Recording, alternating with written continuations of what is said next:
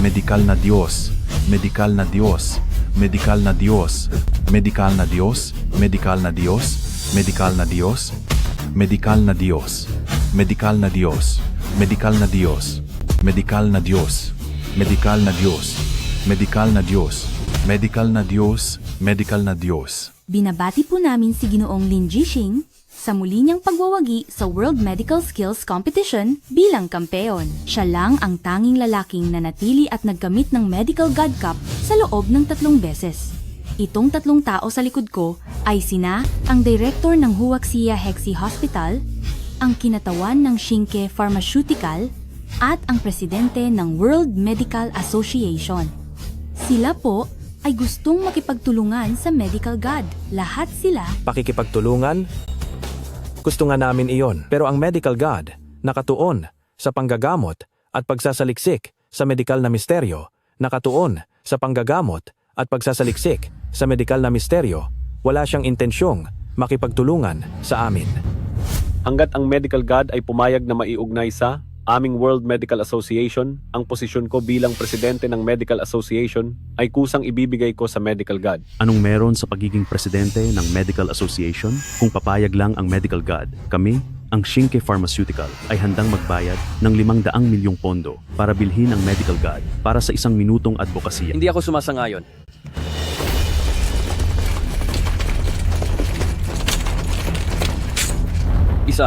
Isang bilyon. Magbabayad ako ng 100 bilyon para imbitahin ang Medical God upang gamutin ang sakit ko.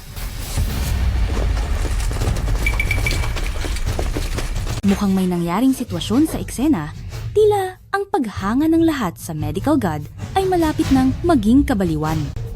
Tingnan niyo dali, dumating na ang Medical God. Medikal na Diyos, medikal na Diyos, medikal na Diyos, medikal na Diyos, medikal na Diyos, medikal na Diyos, medikal na Diyos, medikal na Diyos, medikal na Diyos, medikal na Diyos, medikal na Diyos, medikal na Diyos.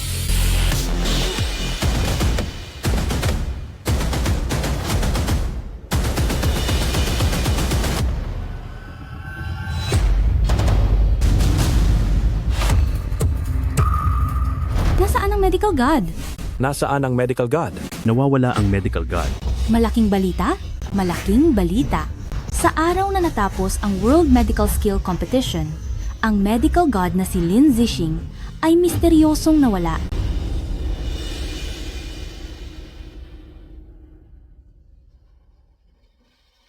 Senior brother.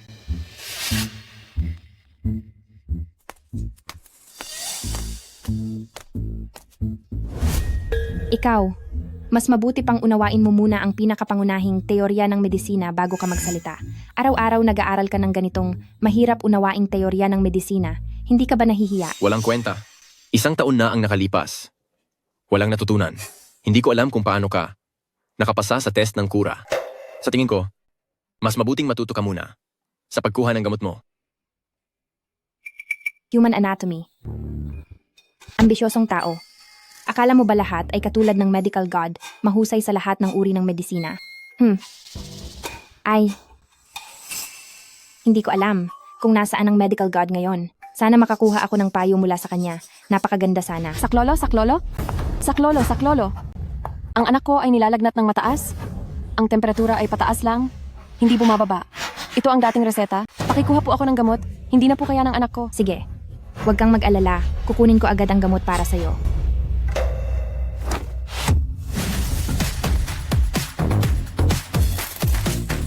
Ang eksakto.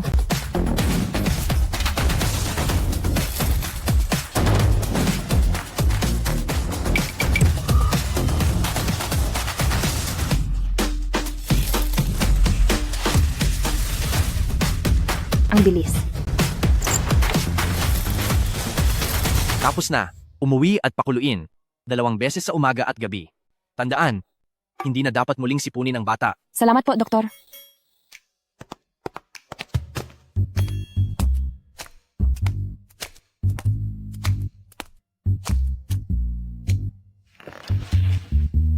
Ang tanga nitong taong ito, sa loob lamang ng ganoong kaikling panahon, naayos na niya ang mga gamot, pati ang bigat ay eksakto. Dali, may tao ba dyan?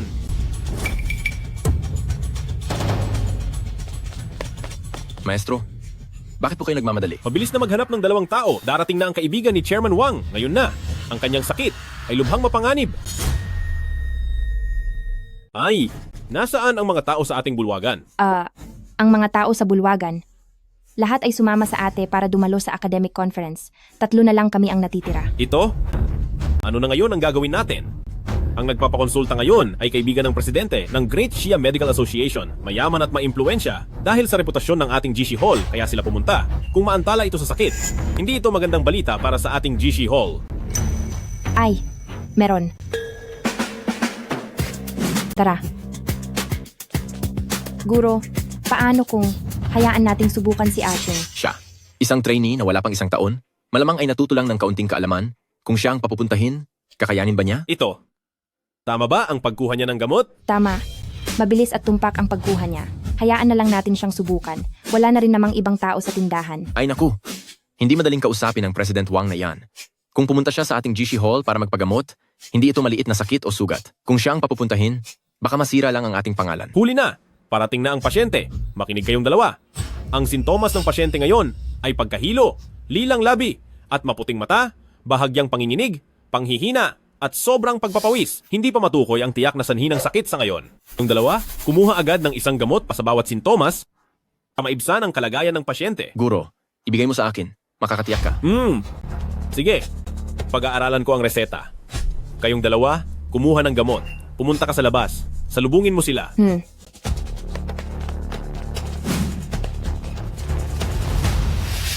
Basura. Dapat mong malaman, kaya ibinigay sa iyo ng guro ang napakahalagang misyong ito. Hindi dahil sa pinapaboran ka niya, kundi dahil ang lahat ay dumalo sa academic conference ngayon. Kung palpak ka mamaya at madamay ako, makikita mo ang hinahanap mo. Teka, huwag kang sumilip ha.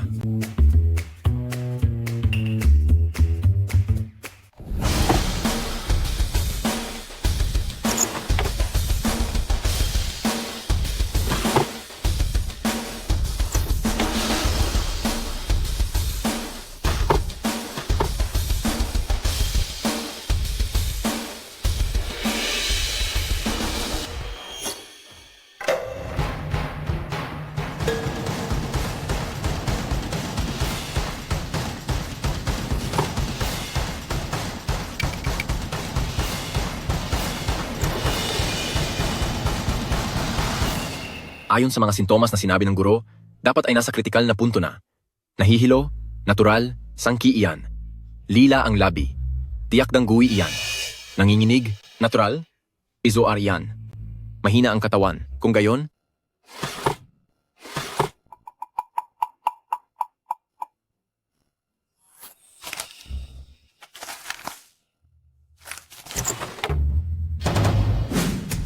Sangki, Danggui, Bezoar, Astragalus, magkatulad ang Astragalus at White Peony, ngunit ang astringent effect ng White Peony ay hindi nakakatulong sa sirkulasyon ng dugo at qi, lalo na kung may qi stagnation at blood stasis, mas hindi ito dapat gamitin. Ito'y ang punto kung saan nalilito ang karamihan sa mga doktor. guro, handa na. Malapit na sila dumating. Wala ng oras. Kayong dalawa, bilisan nyo, pakuluan, ang gamot, dalhin dito. Ay, Fang Wu, anong ginagawa mo? guro, 1 taon pa lang siya. Duda ako na hindi pa niya kilala ang mga pinakasimpleng halamang gamot. Kung simpleng sipon at lagnat, ayos lang. Pero ito ay tungkol sa buhay at kamatayan ng kaibigan ni Mr. Wang, kung may mangyari. At sisihin tayo. Ano ang mananagot dito? Wala ng oras. Pakuluan na ang gamot.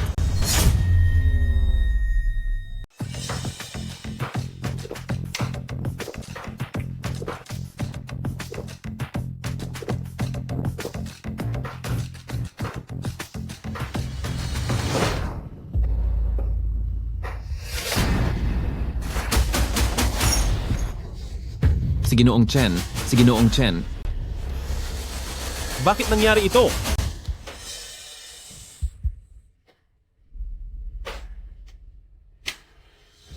Si Bai Xiao po. Ano? Baisyaw? Xiao Yiken?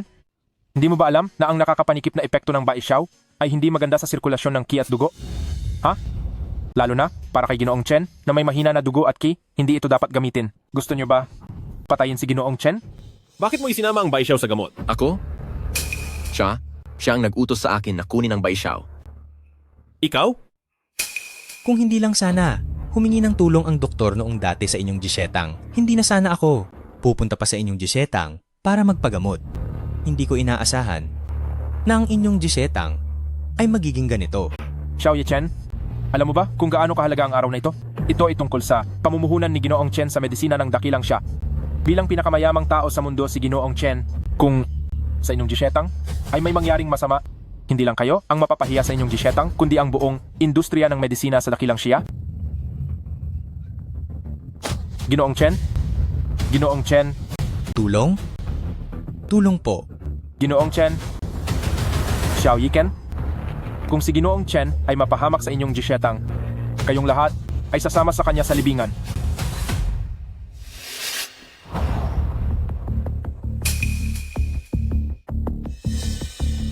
Lin Zixing, anong gagawin mo?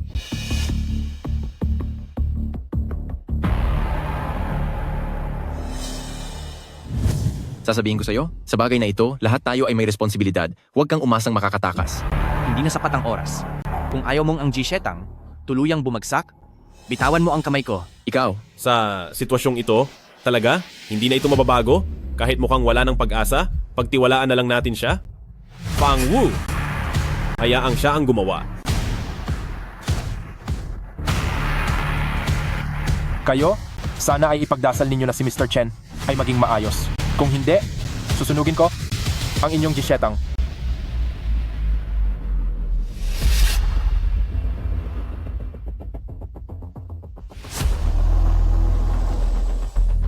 Mayroon na lang 1 minuto.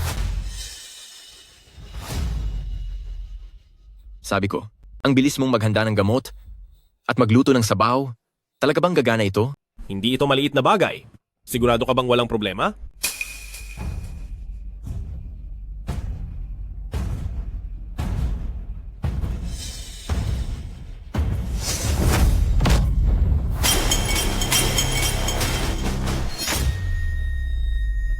Director Du, ano ang ibig mong sabihin dito? Sa pagkakaalam ko, itong nasa harapan natin ay isang walang pangalan na intern lang mula sa Jishitang. Kung ang pinakamahusay na disipulo ni Director Xiao, si Fang Wu ay nagkamali sa mga gamot, paano natin mapagkakatiwalaan ng isang intern na mahigit 1 taon pa lang sa Jishitang? Pangulo Wang, sila, malinaw na nilalaro ang buhay ni Ji Chen, nagbibiro sila. Xiao Yichen, ano ba talaga ang ibig ninyong sabihin? Pangulo, hindi namin sinasadya. Gusto rin naming ayusin agad, pero siya... Ha? Nakuha ko na. Mukhang ang inyong Jishitang ay hindi rin naman kagalingan. Sa katunayan, ang isang napakahalagang bagay, tulad ng buhay ng tao, ay binabanggit ninyo ng ganoon kagaan. Hemp, ang paglilingkod sa medikal na propesyon ay orihinal na tungkulin ng inyong Jishitang. Pero dito, naghahanap pa kayo ng mga dahilan. Ngayon na may problema, agad kayong magbigay sa akin ng solusyon. Nakikita nyo ba? Oras. 30 segundo na lang ang natitira. Pangulo Wang, sa tingin ko ang kanilang Jishitang ay hindi naman kasing misteryoso tulad ng mga usap-usapan. Ngayon nakita ko, wala silang iba kundi isang grupo ng mga walang kakayahan na basurang doktor na nagtitipon-tipon lang. Kung pag-uusapan ang totoong kakayahan, dapat sa aming Yao Wangge pa rin tingnan. Itong tatlong ito ay ang mga medikal na haligi na inanyayahan ko ng may malaking halaga upang mamuno sa aming Yao Wangge. Director Du, ang aming Jishitang ay mahigit 100 taon na sa Daxias at sikat na. Ngunit nandito ka, hayagang iniinsulto ang medikal na kaalaman ng aking sekta. Ano ang iyong hangarin? Huwag na kayong magsalita. Malapit na akong mawala ng buhay. Wala akong pakialam kung ikaw ay mula sa Wang Yaojie o kung ikaw ay mula sa Jishitang. Basta't mailigtas niyo ang aking buhay, handa akong magbayad ng 100 bilyon para tulungan siyang marating ang tuktok ng pandaigdigang medisina.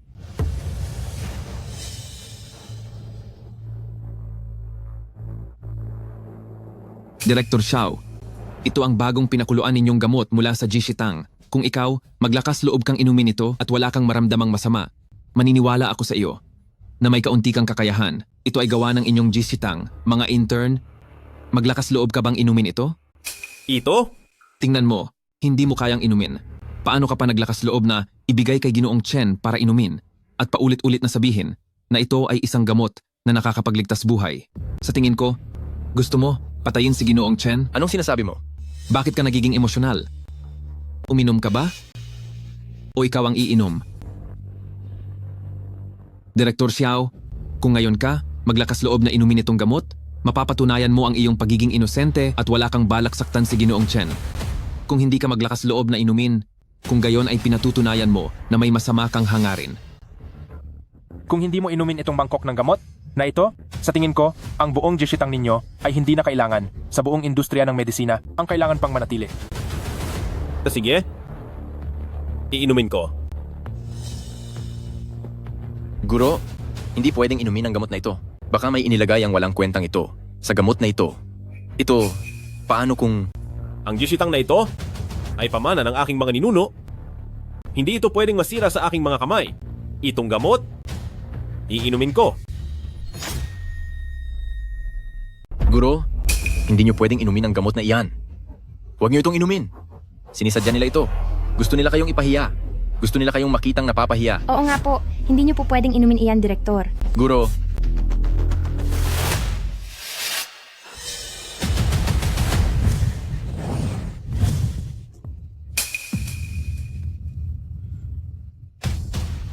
Kakaiba? Anong pakiramdam ito? Matagal na akong sumusubok ng mga gamot, kaya ang katawan ko ay laging nalalason. Ngayon, pero nararamdaman kong napakalinaw ng aking sirkulasyon.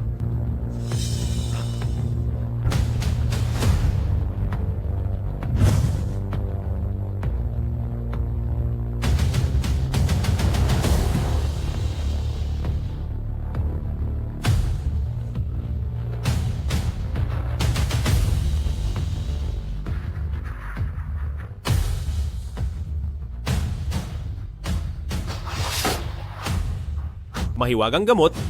Talagang mahiwagang gamot. Oy. Direktor Xiao, ang galing mong umarte ah. Tingnan mo ang mukha mong puno ng sakit. Mukha ba itong wala lang? Huwag kang magmadali. Isa itong buong mangkok ng sabaw na lason, walang aagaw nito sa iyo. Ha ha ha ha. Ha ha ha ha. Hindi ko talaga inaasahan na si Direktor Xiao na nagpakilalang direktor ng GC Hall ay magaling pa rin umarte. Sa pagkakaalam ko, si Direktor Xiao ay matagal nang gumagamit ng lason. Talaga siyang isang matandang gumagamit ng lason at hindi ka pa rin namamatay sa lason na iyan. Kung may kakayahan ka sa medisina, bakit ang sarili mong sakit ay hindi mo magamot ng lubusan? Ha? Ha. Kayo sa GC Hall, talagang napakaraming magagaling na tao. Presidente Wang, sa tingin ko ang oras ni Ginoong Chen ay hindi na marami. Hayaan niyo akong gumastos ng malaki para ipagamot siya ng 3 sikat na medikal na eksperto na inanyayahan ko. Ipagamot siya. Talagang mapagagaling siya. At saka, ipapakita ko rin sa mga kasamahan sa Jishitang kung ano ba talaga ang tunay na sining ng panggagamot. Sige. Basta't si Direktor Du ay mapapagaling ang kakaiba kong sakit, kahit magkano pa ang gusto mo, papayag ako. Ang kakaibang sakit na ito ay kasama na ni Ginoong Chen ng maraming taon. Dinala ko si Ginoong Chen sa iba't ibang sulok ng mundo pero wala pa ring nagawa. Kung ikaw, Direktor Du, ay mapapagaling ang kakaibang sakit ni Ginoong Chen, ano mang hiling mo ay sabihin mo lang. Pangulong Wang, mayroon lang akong isang maliit na kahilingan. Gusto kong ang Yawang Gecko ang pumalit sa Jishitang niya. Gusto kong ang Jishitang ay tuluyan nang mawala mula sa Daxian. Mula ngayon, pakiusap, Pangulong Wang, ilagay mo ang pangalan ng Yawang Gecko sa pinakanakakasilaw na posisyon sa medical conference. Ano ang sinabi mo? Walang problema. Walang problema. Hanggat si Duguanjang, magagamot mo ang kakaiba kong sakit. Handa ako? Nadagdagan ng 100 bilyon kanina sa 1 trilyon. Ha. Sige. Duguanzang, basta magamot mo ang kakaibang sakit ni Ginoong Chen. Ang posisyon ng Guanzang ng Jisitang, ako ay maibibigay rin sa'yo. Hindi ako sang-ayon. Ang Jisitang ay ang pinaghirapan ng aming mga ninuno sa ilang henerasyon na ipinasa sa amin. Hindi ko ito maibibigay kanino man. Wang Huishang, nakikiusap ako sa iyo. Bigyan mo pa kami ng isa pang pagkakataon para patunayan ang aming sarili. Ang aking Jisitang ay hahamon sa Yawangge sa isang hamon ng buhay at kamatayan. Labanan ng buhay at kamatayan? Guro, huwag ka po sana magpadalos-dalos, Guro. Haha. Ang isang taong wala ng tirahan, nangahas pa ring makipaglaban sa amin ng labanan ng buhay at kamatayan, isa itong malaking biro. Sige na, sige na. Basta kung sino sa inyo, ang makakagamot sa kakaibang sakit ni Ginoong Chen. Siya, ang makakakuha ng posisyon ng guwanzang ng Jisitang. Siya ang bahala. Eto, ano ang labanan ng buhay at kamatayan? Ginoong Chen, ang labanan ng buhay at kamatayan ay ang pinakamalupit na hamon sa medikal na mundo ng Daxia. Kapag nag-apply ang isang challenger, nag-apply, ang taong hinahamon ay walang ibang pagpipilian kundi tanggapin ito. Wala nang paraan para tumanggi. Kung mabigo ang hamon, ang nagbigay ng hamon ay dapat putulin ang kanyang mga kamay at mula noon, wala na siyang karapatang manggamot. Bukod pa rito, siyang tinanggal ng World Medical Association sa listahan. Guro, siguro sumuko ka na lang. Kung mawala ang Jishetang, pwede naman tayong magbukas ulit. Pero kung matatalo ka, pagkatapos nito, hindi ka na makakapanggamot. Tama po kayo, Guro. Kung wala na talagang pag-asa, sumuko na lang tayo. Ibigay na lang natin ang Jishetang sa kanila. Chairman Wang, tama ba na basta ako, manalo sa labang ito sa buhay at kamatayan, maliligtas ko ang Jishetang? Tama. Sige. Duruikon, tatanggapin mo ba? Xiao Yiken. Alam ko na gagawin mo ito. Emp, mabuti na lang, handa ako.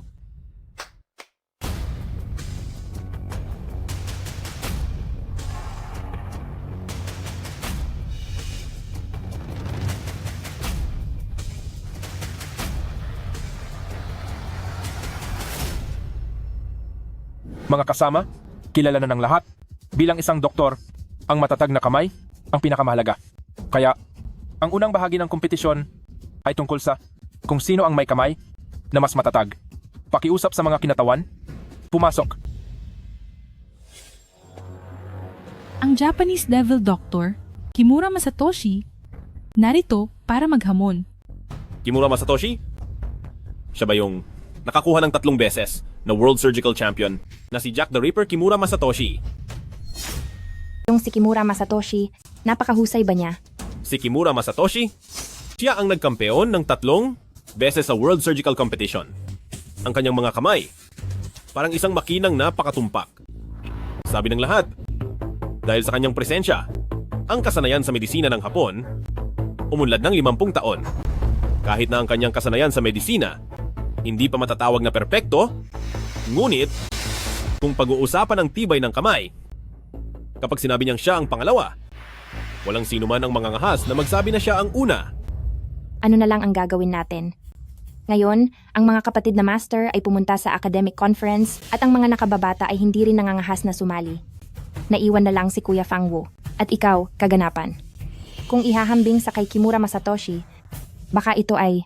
Si Kimura Masatoshi, kahit na mahusay, ngunit kung pag-uusapan kung sino ang may mas matibay na kamay, ako, si Fang Wu, hindi pa natatakot kahit kanino.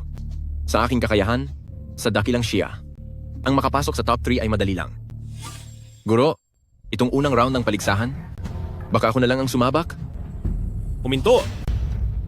Hindi mo siya kayang kalabanin. Guro, ngayon wala na kayong ibang mapagpipilian bukod sa akin. Hindi maganda ang inyong kalusugan, hindi ito angkop para sa ganitong matinding kompetisyon. Huwag nang magatubili.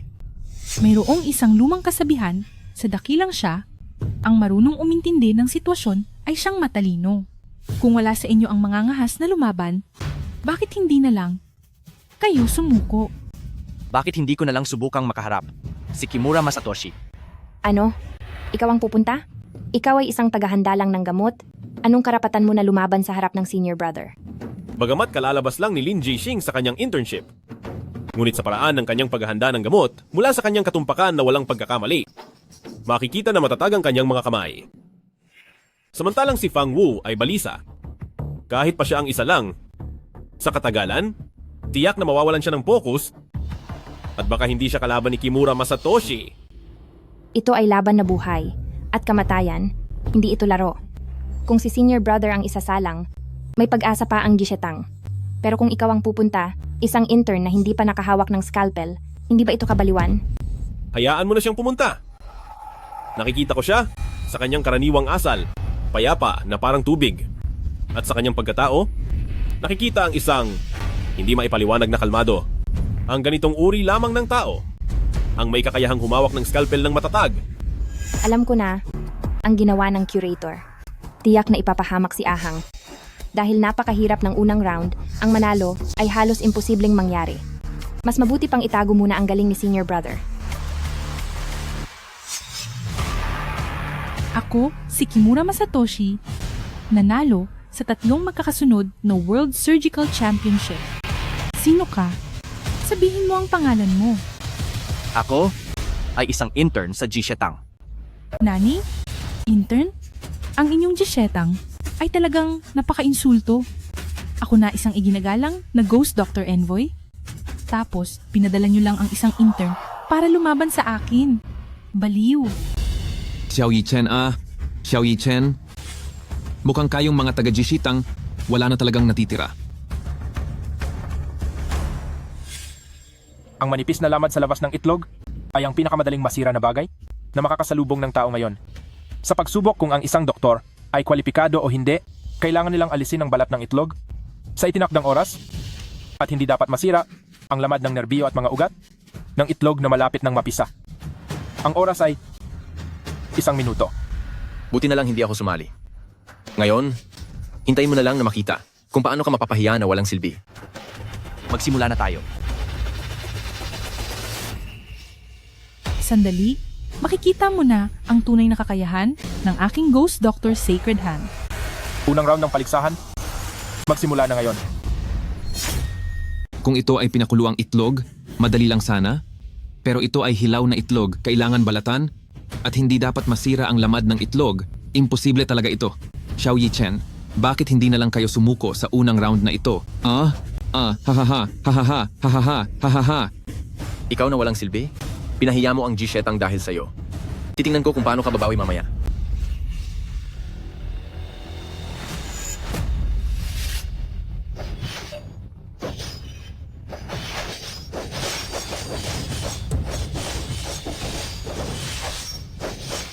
Alam ko nang magaling si Kimura Masashi, pero hindi ko inaasahang umabot na pala siya sa ganitong antas. Ito ba ang tunay na lakas ni Kimura Masashi? Mukhang hindi lang isang antas ang agwat namin.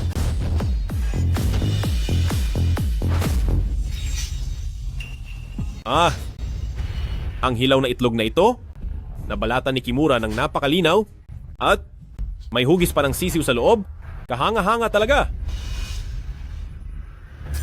Walang kwentang basura. Sigurado hindi niya magagawa. Ang pamamaraan ni Kimura Masashi ay perpekto kahit nabalatan pa niya ang isang eksaktong kapareho ngayon. Natalo pa rin tayo sa oras.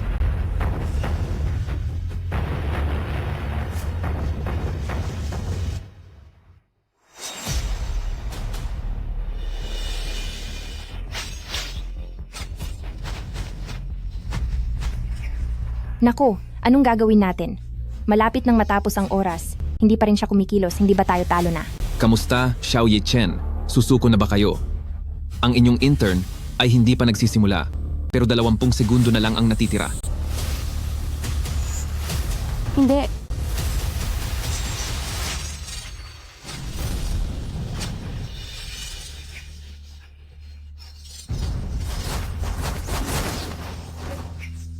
Ginoong Chen, tingnan nyo. Naku!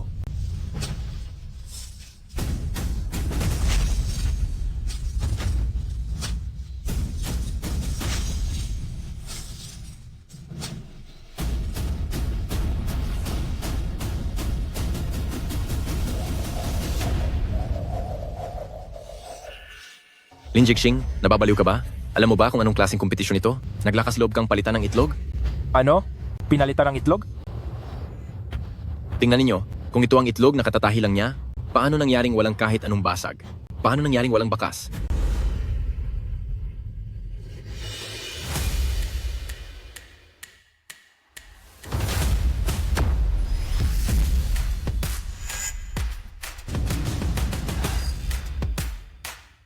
Naku, kung ito talaga ang itlog na kakatahi lang ni Ziyong, napakatindi naman ng kakayahan niya.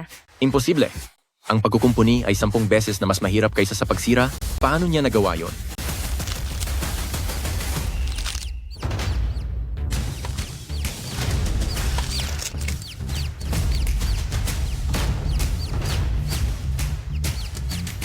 Paano?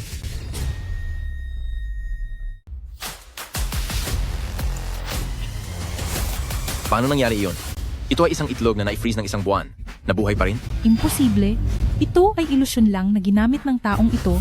Imposible. Sa tagal kong nanggagamot, hindi ko pa nakita ang sino mang makapagtatahi ng hilaw na itlog at mabuhay pa rin. Hindi.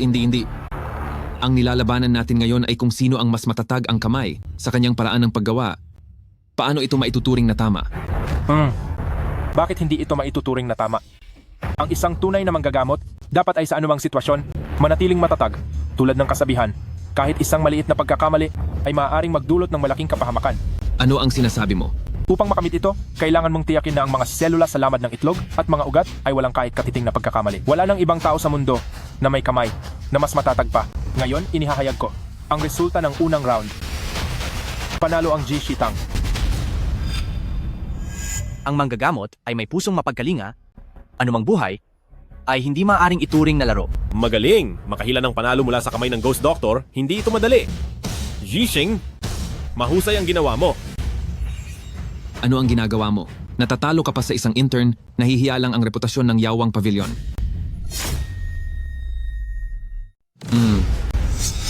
Xiao Yiken, nagkataon lang na sa susunod na 2 round ng kompetisyon, kayo ay tiyak na aapakan ng aming Yao Wangge.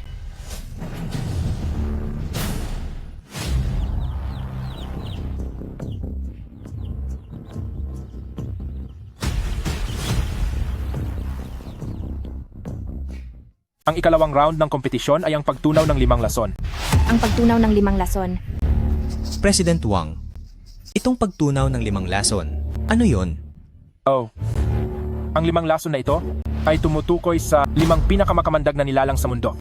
Ang kailangan ninyong gawin ay tunawin ang lason sa inyong katawan kung sa loob ng itinakdang oras. Hindi ninyo natunaw ang lason sa inyong katawan, ay kamatayan lang ang magiging kapalit.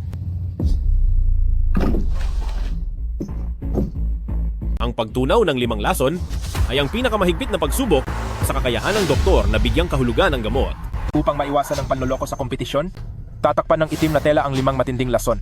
Ang kailangan ninyong gawin ay piliin ang inyong matinding lason at magpapagat sa lason na inyong pinili at tunawin ang lason sa inyong katawan sa loob ng itinakdang oras. Ipapasok ang kamay. Hindi alam kung anong lason ang makakagat. Napakadelikado. Tama ang iyong sinabi. Ang pagsubok na ito ay sumusukat sa pag-unawa ng doktor sa gamot at kakayahang magligtas ng sarili. Binibiningtang, sa pagtunaw ng 5 lason na ito, lahat ay nakasalalay sa iyo. Huwag kang mag-alala. Sa susunod na round ng kompetisyon, sila ay tiyak na matatalo.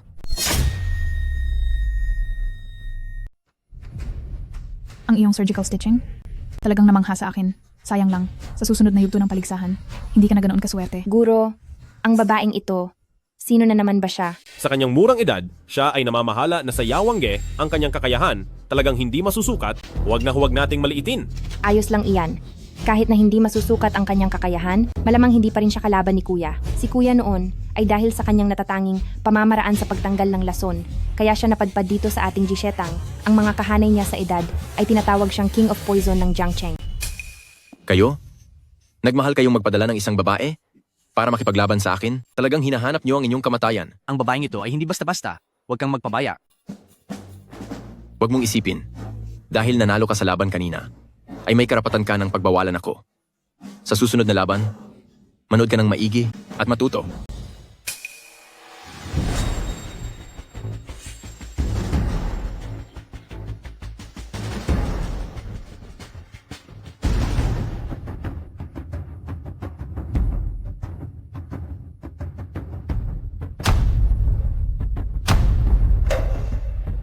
Ito na.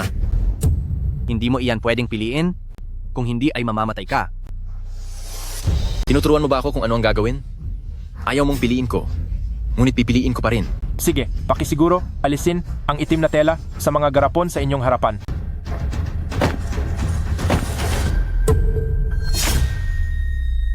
Ganda. Ito ba ang palaka na may pinakamahinang lason sa 5 nakakalason na hayop? Hindi ito ordinaryong palaka. Ito ang hari ng lahat ng nakakalason na nilalang. Kung makagat ka nito, maaari mo nang ipahayag na patay ka na. Huwag mo akong takutin. Presidente Wang, magsimula na tayo.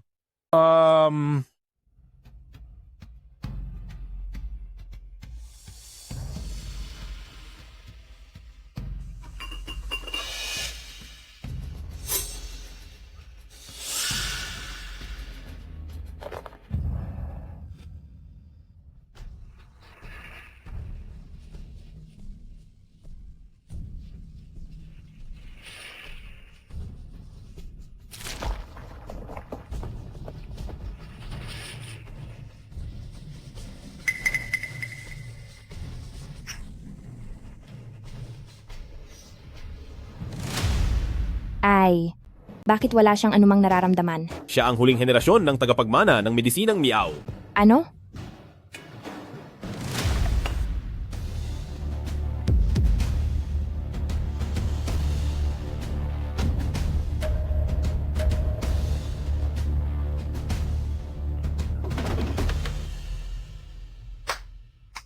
Siya, ang lason ng King Cobra, ay sinipsip niya sa kanyang katawan. Presidente Wang, sa tingin ko, dapat mo nang ipahayag ang resulta ng kompetisyon.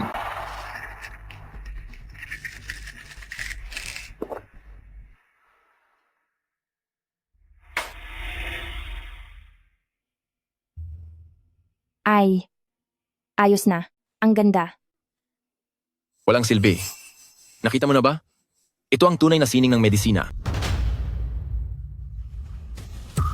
Naku po, hindi niya napawi ang lason sa kanyang katawan. Ang lason ng poison dart frog ay umiral na. Ay, kuya. Kuya? Wuer! Wuer! Guro, tulungan mo ako. Curator, anong nangyayari kay kuya? Hindi magtatagal. Sa loob ng isang nagniningas na insenso, mamamatay siya sa lason. Ang round na ito ng kompetisyon, kami, ang Jitang, sumusuko. Ikalawang round ng kompetisyon, nanalo ang Yawangge. Binibining Tang, bilang tagapagmana ng medikal na sining ng Miao Jiang, tiyak na may paraan ka para pagalingin ang aking disipulo. Nakikiusap ako, iligtas mo siya. Bagaman ako ang tagapagmana ng Miao Jiang, ito ang pinakawalang solusyon na lason sa rainforest. Mas mabuti pang maghanda ka na para sa kanyang libing. Bagaman mahirap lutasin ang lason na ito, hindi naman ito imposibleng pagalingin. Oh? Ibig mong sabihin, kaya mo?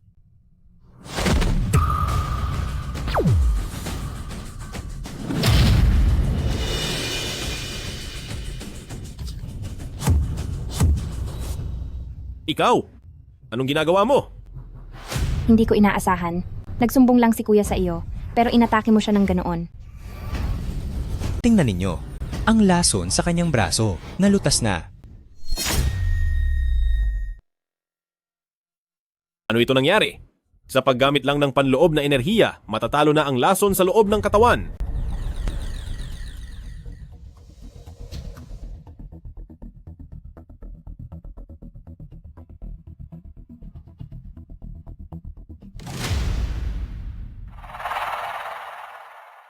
Awu, ang lason sa iyong katawan, paano ito nawala? Guro, kanina lang ay, ang lason sa loob ng aking katawan ay kumontra sa bisa ng gamot. Guro, ang ikalawang round ng ating laban ay dapat nanalo na tayo, hindi ba? Kay kuya, kuya senior, talo tayo. Kasalanan mo? Dahil pakialamero ka? Alam mo ba na dapat panalo na tayo sa round na ito? Umalis ka. Natalo lang tayo sa laban, anong kinalaman yan kay Axing? Isa pa, si Axing pa nga kanina ang nagligtas sa buhay mo. Guro, ngayong ganito na ang sitwasyon, ipagtatanggol mo pa rin ang inutil na ito? Pero Guro, huwag kang mag-alala. Sa susunod na round ng laban, babawi ako. Ang ikatlong round, hayaan mo na akong lumaban. Ikaw? Nilalait mo ba ako? Ang bumawi, huwag ka nang umasa. Sa round na ito, kahit sino pa ang ipalit ninyo, wala kayong kalalagyan. Inihahayag ko ang ikatlong round ng laban. Tulungan ninyo ako. Tulungan ninyo ako. Tulungan ninyo ako. Tulungan ninyo ako. Iligtas ninyo sila. Tulungan ninyo sila. Anong nangyari? Nagkaroon ng aksidente ang aking anak na babae at manugang. Malapit na silang mamatay. Mabilis, dalhin ninyo sa loob.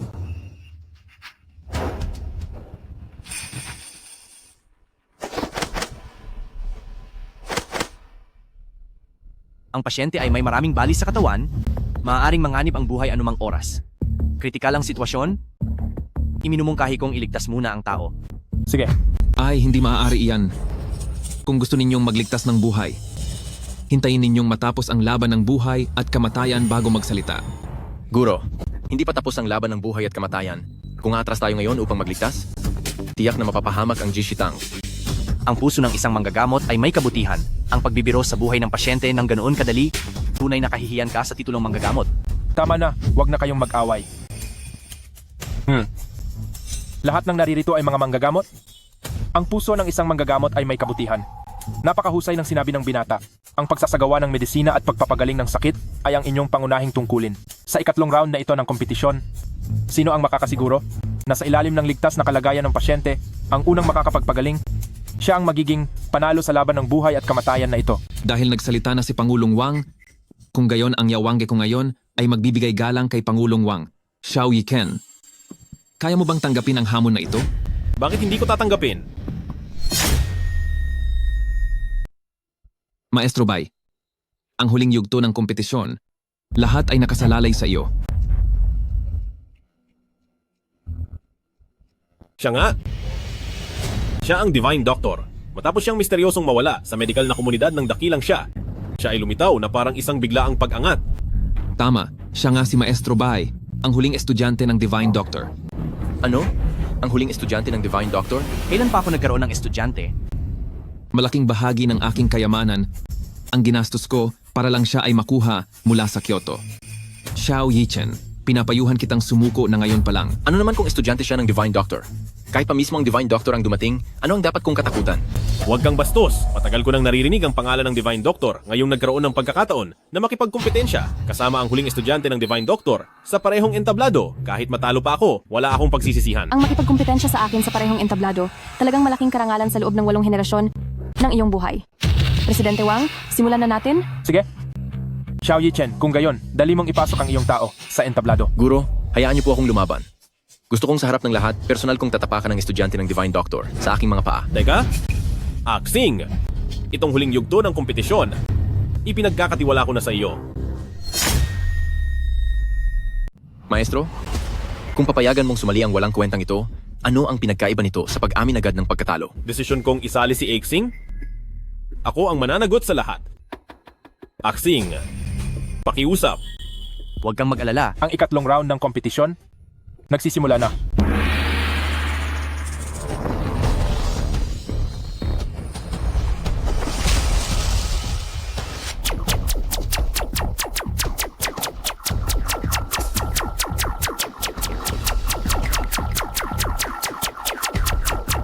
Hindi ako nagkakamali, di ba? Binubugbog niya ang isang pasyenteng may balibaling buto sa buong katawan. Ito ay isang sinaunang part ng paggagamot ng bali mula sa malayo. Ang antas ng kahirapan nito ay napakataas. Ang antas ng panganib ay napakataas din. Hindi ito maiintindihan ng ordinaryong tao.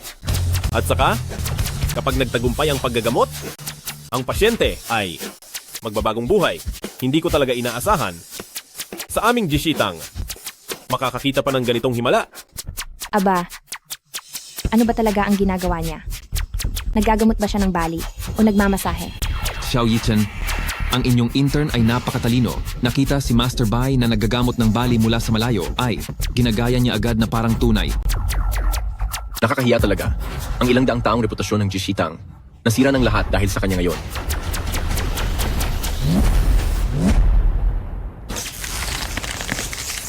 Ito ay muling pagkabuhay ng katawan. Ito ay isa pang kakaibang kakayahan ng Medical God. Putol na katawan, muling pagsilang. Direktor, ano po ba ang putol na katawan, muling pagsilang?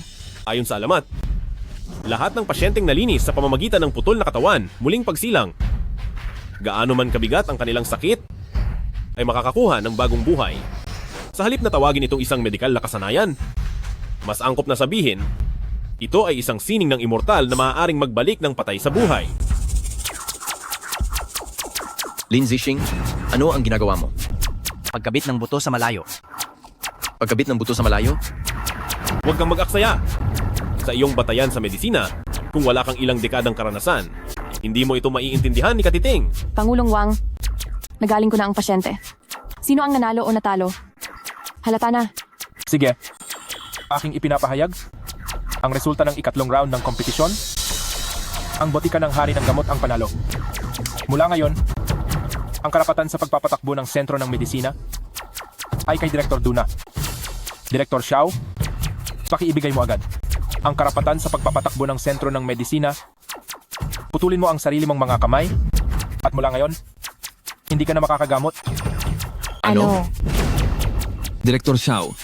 Hindi. Xiao Yichen, hindi mo ako masisisi rito. Ha ha ha ha ha. Tara.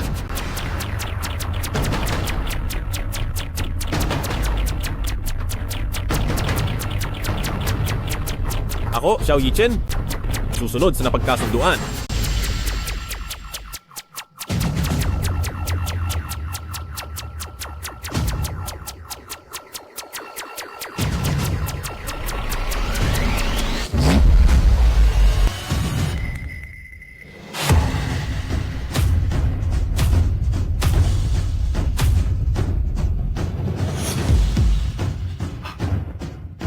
Bakit nangyari ito? Ano ang nangyari sa kanya?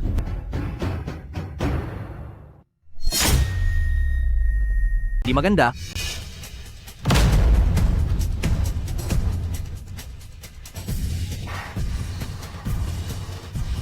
Dahil sa pagmamadali mo, sa 720 puntos ng kasukasuan, nalimutan mong tusukin ang isa na naging sanhi ng pagbaliktad ng kanyang dugo. Ngayon ang lahat ng kanyang meridian ay nadurog at mamamatay siya sa loob ng 10 segundo.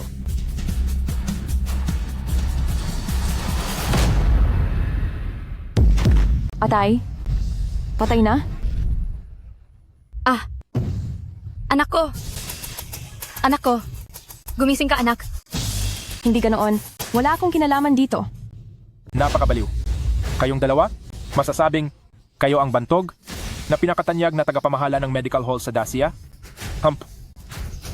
Kahit hindi nyo kayang iligtas ang isang tao? Hindi pa huli ang lahat, maaari pa siyang iligtas. Ang tao ay maililigtas pa. Paano mo ililigtas ang isang patay?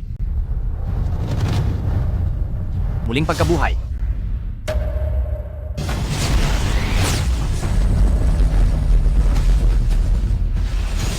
Hindi. Ayokong mamatay. Pinapalitan ng hukom ang kapalaran. Panulat ng buhay at kamatayan. Binabaliktad ang yin at yang. Binubuksan ang kalangitan sa harap ng demonyo. Ngayon,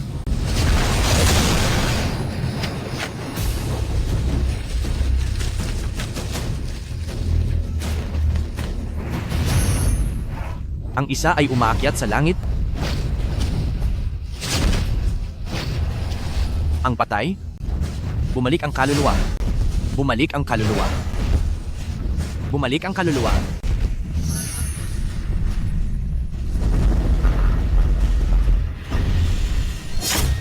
Patay na. Bumalik ang kaluluwa. Sa oras na ito, gumagamit pa rin siya ng panlinlang para lokohin tayo. Ito'y maayos at tahimik. Saan galing ang hangin na ito?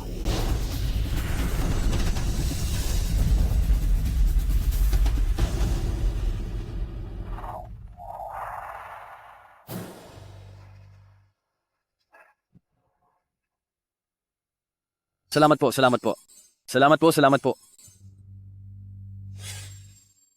Paano ito nangyari? Iyon ay isang taong patay na. Pero, kaya talaga niyang buhayin muli. Ito ay isang medikal na himala. Astig. Talagang nakakatakot ito. Ano ba ang ginawa niya?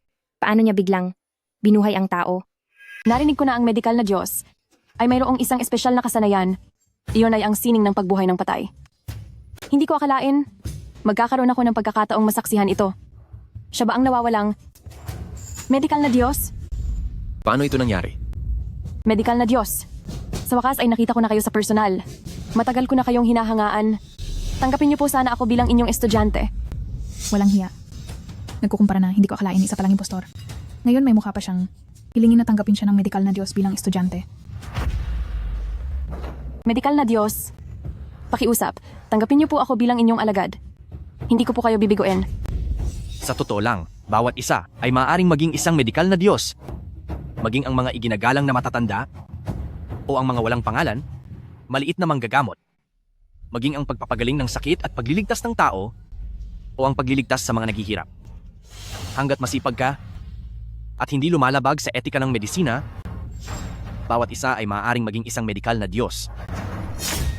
Hindi ko akalain ang karangalan na mataas sa paningin ng iba, sa mata ng Diyos ng medisina, ay tila walang halaga. Bata pa lang ako, nag-aral na ako ng medisina. Para lang, paglaki ko ay sumikat at dumating ang araw na makapaglingkod ako sa tabi ng Diyos ng medisina. Hindi ko inakala na ang Diyos ng medisina ay nasa tabi ko lang pala at hindi ko alam. Ipinagmalaki ko pa ang sarili ko bilang panganay na disipulo at palagi siyang nilalabanan. Ang sama ko talaga. Inaanunsyo ko, Ang ikatlong yugto ng paligsahan, ang Jishitang ang nanalo. Ang resulta ng laban kanina ay walang bisa. Ay, Presidente Wang, ito na ang nakatakdang resulta. Paano nyo naman binabawi? Duruikon, kung hindi lang sa kanina, tinulungan kayo ng Diyos ng medisina, kayong Yao Wangge ay sisingilin sa masamang reputasyon at hindi na makakalimutan. Ako, Matapos ang 3 yugto ng paligsahan, kay Aisheng, marami akong natutunang aral. Ang puso ng doktor ay mapagmalasakit. Duruikon, mag-ingat ka. ang Yao Wangge ay gumawa ng napakarami para lang sana dumating ang araw na makita ka namin. Hindi ko talaga inakala na nagkasalubong ang magkapatid. Diyos ng medisina, pakiusap. Tanggapin mo kami bilang mga disipulo. Pakiusap Diyos ng medisina, tanggapin mo kami bilang mga disipulo. Tanggapin.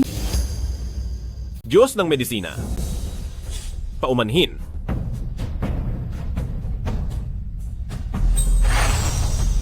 Diyos ng medisina, wala na ang Diyos ng medisina.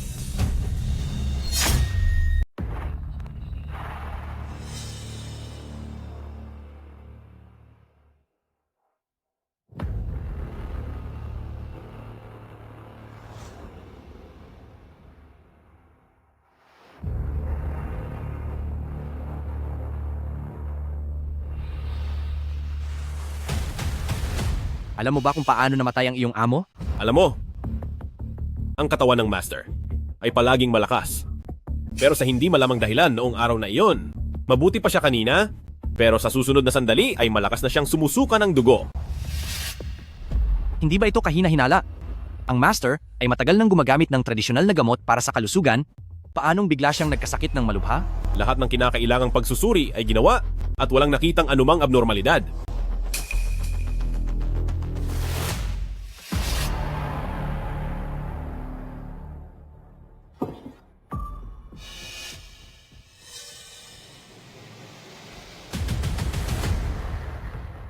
Mali.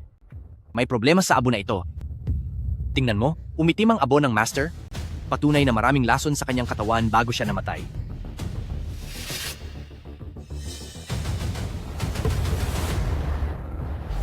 Alam mo ba kung ilang pharmaceutical company sa Daxia ang gumagawa ng elixir?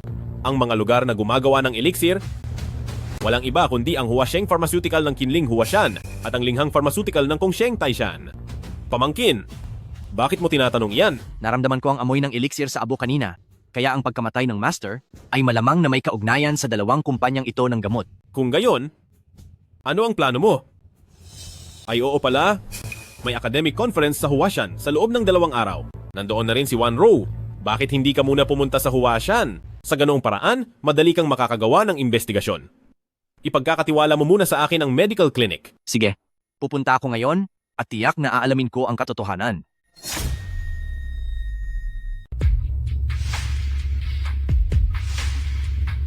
Ang response ba ng sample ay normal? Matagumpay na nabuo ang ECL functionalized E-cells. Simulan na ang pagpapatupad ng utos para sa paglilinis ng tissue ng cancer cells. 10 taon ng pagsisikap. Ngayon ang araw ng pagsubok. Tagumpay! Matagumpay na nilinis ng A07 ang lahat ng cancer cells. Binibini, lubos mong nalupig ang cancer. May lunas na ang iyong cancer. Wala pang kalahating oras mula nang iturok ang A07. Lahat ng cancer cells ay namatay na. Ito ay isang himala sa kasaysayan ng medisina.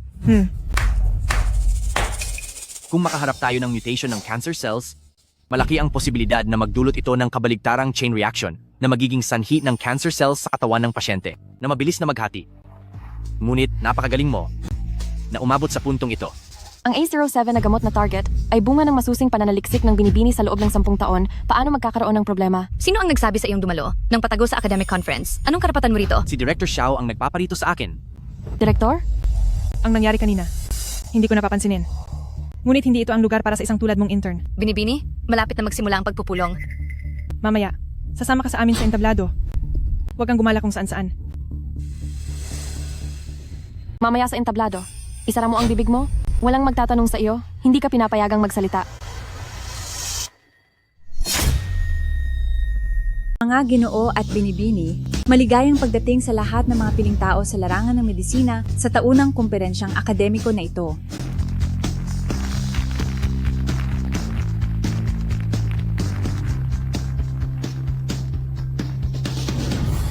Direktor, bilisan mo, tingnan mo. Si Binibining Xiao at ang kanyang mga kasama. Ay. Nga pala. Hindi ko inasahan na si Binibining Xiao na may cancer ay personal pang mangunguna sa grupo. Kahanga-hanga talaga. Iniimbitahan ko kayong lahat ngayon dahil lamang sa ating malaking tagumpay sa larangan ng paglaban sa cancer. Imposible. Talagang imposibleng mangyari. Ako'y nagpakahirap sa pag-aaral ng cancer noong una ng 20 taon na walang resulta. Ikaw, isang baguhan lamang, paano ka nakaimbento ng epektibong gamot laban sa cancer?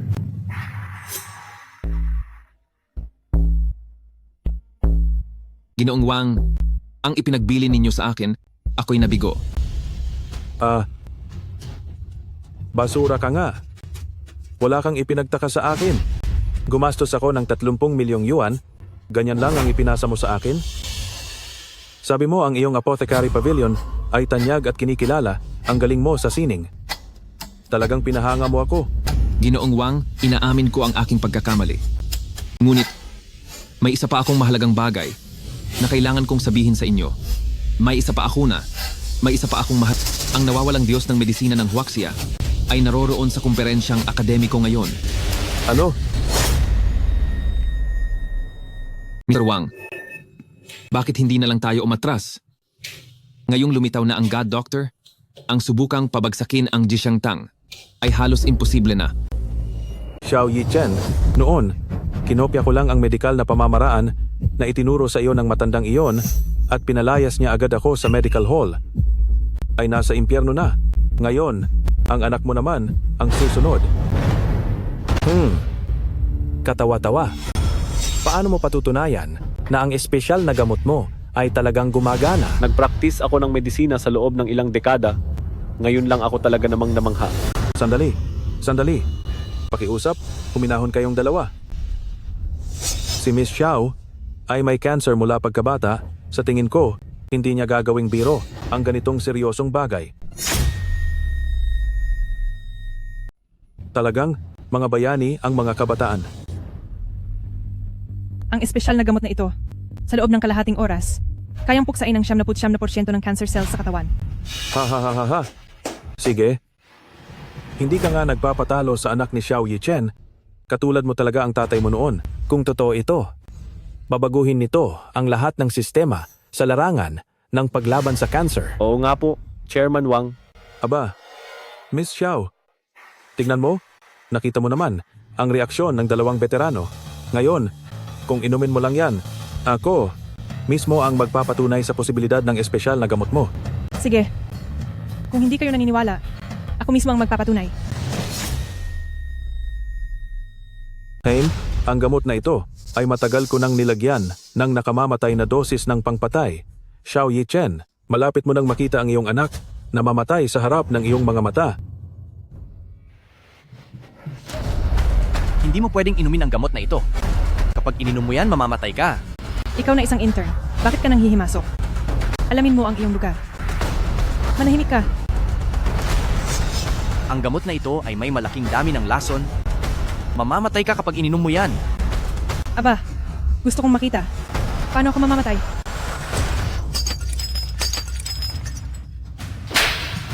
Ano ba ang gusto mong gawin? Sinisikap kong iligtas ka. Tumahimik ka. Ang lahat ng mayroon ako at ang aking mga pagsisikap. Sinira mo ang lahat. Bakit mo ginawa ito? Alam mo ba kung ilang taon nang pinag-aaralan ng ginang ang ilang mililitro ng gamot na ito? Ay, eto. Paano naman makakapanakit si Wan Rou? Siya ay isang medikal na henyo. Ang ginang ay talaga namang, bakit naman siya basta na lang nananakit? Sa tingin ko ay nagsasalita ka lang naman. Medikal na henyo. Medikal na henyo. Ginoong Chen, hindi ba umalis na kayo? Ang inyong binti? Paano ito gumaling? Bilisan ninyo, palabasin ninyo ang medikal na henyo. Gusto kong personal na magpasalamat sa medikal na henyo. Kapag ininom mo ang gamot na ito, tiyak na mamamatay ka. Ang Celestial Immortal ay walang kulay, walang lasa, at ito ang pinakamalalang lason sa mundo. Paano niya nalaman iyon? Kaya pala, sinusubukan niya akong linlangin? Ha. Sa medical conference ngayon, Paanong may sinumang maglalagay ng lason para lasunin ang isang magaling na manggagamot na mag-aambag sa tsina, ha? Hindi ka ba nagloloko? Hindi ako nagloloko. Dahil ang naglagay ng Celestial Immortal dito sa gamot ay walang iba kundi kayo, Chairman Wang. Ano ang pinagsasabi mo? Ako at si Ginang Xiao, wala kaming alitan. Sinasabi mong nilason ko, nilason si Ginang Xiao. Anong ebidensya mo? Ang Celestial Immortal ay gamot na mahigpit na kinokontrol ng asosasyong medikal, halos imposibleng makita ng ordinaryong tao. At sa gamot na ito, kalahati ay Celestial Immortal. Bilang sponsor ng medical conference na ito, Chairman Wang, kayo ang may pinakamalaking motibo. Grabe ka namang manira. Ikukulong kita ngayon din. Mga bantay?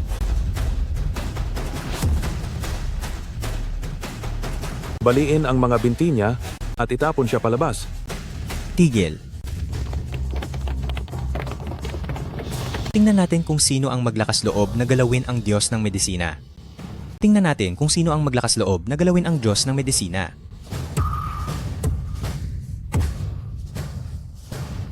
Wang Zhongtian, ang kapal ng mukha mo. Tatay, Hindi, Ginoong Chen. Itong trabahador na ito ay nanggugulo, hindi ko siya mapaalis. Palagi ko siyang tinuturuan ng leksyon. Pati ba naman ang henyong doktor ay pinakialaman mo? Sa tingin ko, gusto mo nang mamatay. Nako po. Henyong doktor? Sabi mo siya ang henyong doktor? Henyong doktor, sa wakas ay nahanap na rin kita. Kung hindi dahil sa'yo, baka namatay na ako sa Gisetang noon pa. Ikaw na masamang tao, bakit hindi ka lumuhod at humingi ng tawad sa henyong doktor? Henyong doktor, awaan mo po ako. Kung alam ko lang na ikaw ang henyong doktor, kahit magkaroon pa ako ng malaking tapang, hindi ko pa rin ikaw guguluhin. Ikaw na bastos? Bakit mo ginawa ito?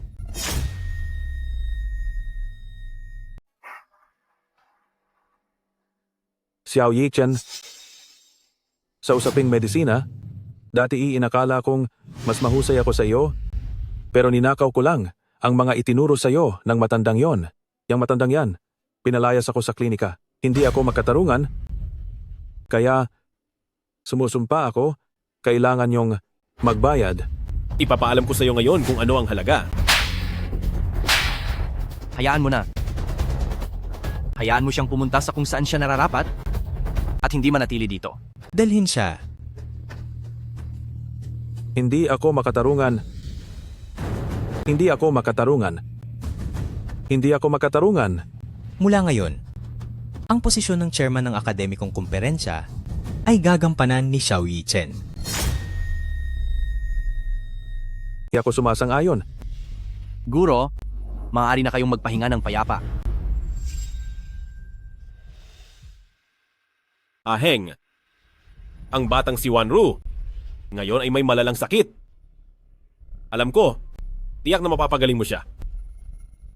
Ako, ang matandang ito, ay luluhod sa iyo. Ay, Tio, ano na naman ang ginagawa ninyo? Kahit hindi ninyo sabihin, gagawin ko ito. ikaw, may paraan ka nga ba upang pagalingin ang aking malalang sakit? Ganito na lang. Maraming tao dito at hindi komportable. Mamaya, puntahan mo ako sa loft.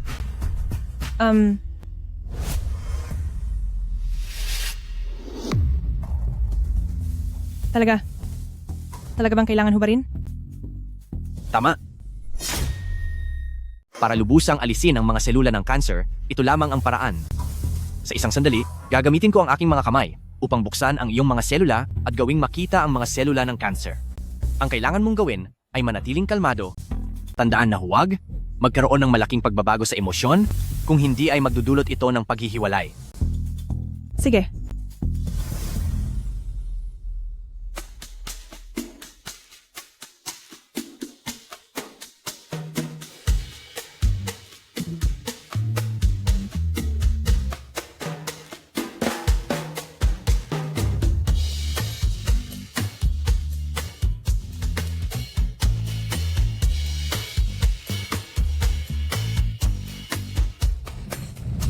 Sandali.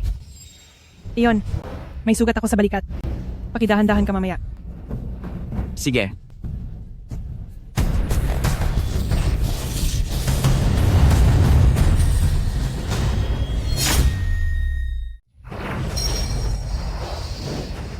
Kumapit ka? Kapag payapa ang isip, magiging maayos ang lahat. Kapag kalmado ang puso, mananaig ka.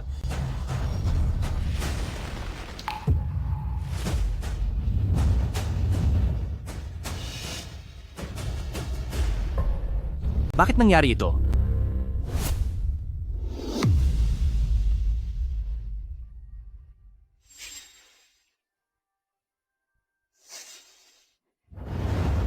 Shing? Kumusta na si Wanru? Hindi maganda ang sitwasyon. Kung magpapatuloy ito, hindi na siya tatagal ng 1 linggo. Ha? Bakit naman po nangyari ito? Kuya Doktor ng Diyos, hindi ba sabi ninyo ang malubhang sakit ni Binibini ay may paraan kayo? Sa proseso ng paggagamot ko sa kanya, aking natuklasan na ang kanyang katawan ay patuloy na tinataboy ang tunay na enerhiya na inilalagay ko. Pinaghihinalaan kong mayroong nagsimulang magpahirap sa kanya. Ngayon, ang tanging paraan ay ang halamang banal na 7 kulay lang ang makapagliligtas sa kanyang buhay. Halamang banal na 7 kulay? Bihira sa mundo. Sa loob ng 1 linggo, saan tayo makakahanap ng halamang banal na 7 kulay? Ay, tama. Ang subasta ng kayamanan ng mundo, bukas nagaganapin sa Kyoto. Lahat ng kayamanan sa mundo ay doon ipagbibili. Baka may halamang banal na 7 kulay doon. Kung gayon, ngayong gabi ay dadalhin ko si Binibining Xiao patungo sa Kyoto. Ang susunod na ia-auction ay, ang pinaka-espesyal sa auction na ito, ang 7 kulay na herbal na halaman.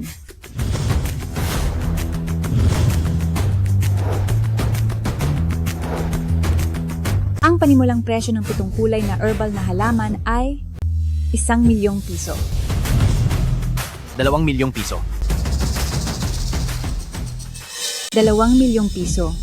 Isang beses. 2,000,000 piso, 2 beses. 5,000,000 piso? Ching Cheng, huwag kang mag-alala. Balak kong bilhin ang 7 kulay na herbal na halaman na ito. Pero yung pinangako mo sa akin noon. Huwag kang mag-alala. Basta matulungan mo akong makuha ang 7 kulay na herbal na halaman na ito ngayon, lahat ay mapag-uusapan. Hindi ba yan si Du Mingxuan, ang batang amo ng Kyoto Imperial Group? Du Xiao, sigurado po ba kayong bibilhin nyo ito sa halagang 5,000,000 piso? Bakit? Sa tingin mo ba ay wala akong 5,000,000 piso? Kung gayon, 10,000,000 piso na lang. Ano? 10,000,000 piso? 20,000,000 piso.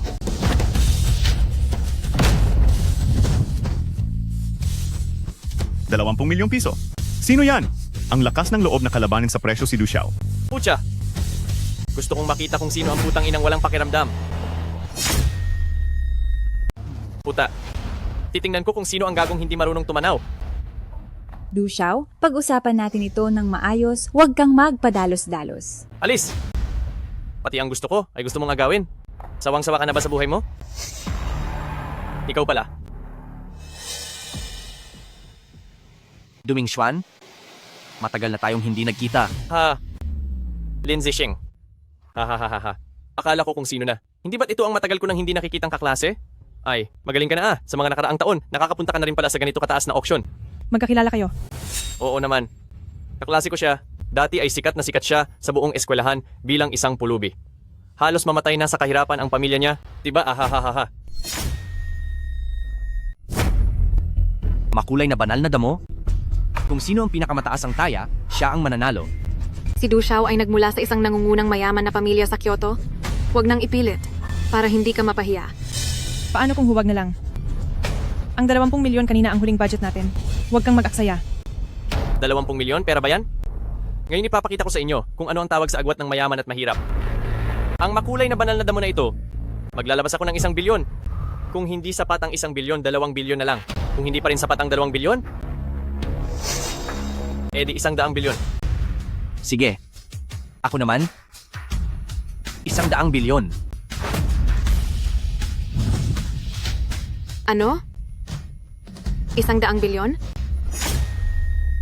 Hindi po ba kayo nagkamali, Jilin? Kung matutuloy ang 100 bilyon, ito ang magiging pinakamataas na presyo sa subasta, lokal at internasyonal. Host, Duda akong malaki ngayon. Nagsasabi lang siya ng kung ano-ano. Gusto kong ipa-verify ang kanyang pondo. Jalen, pakiipakita po ang pondo sa inyong account.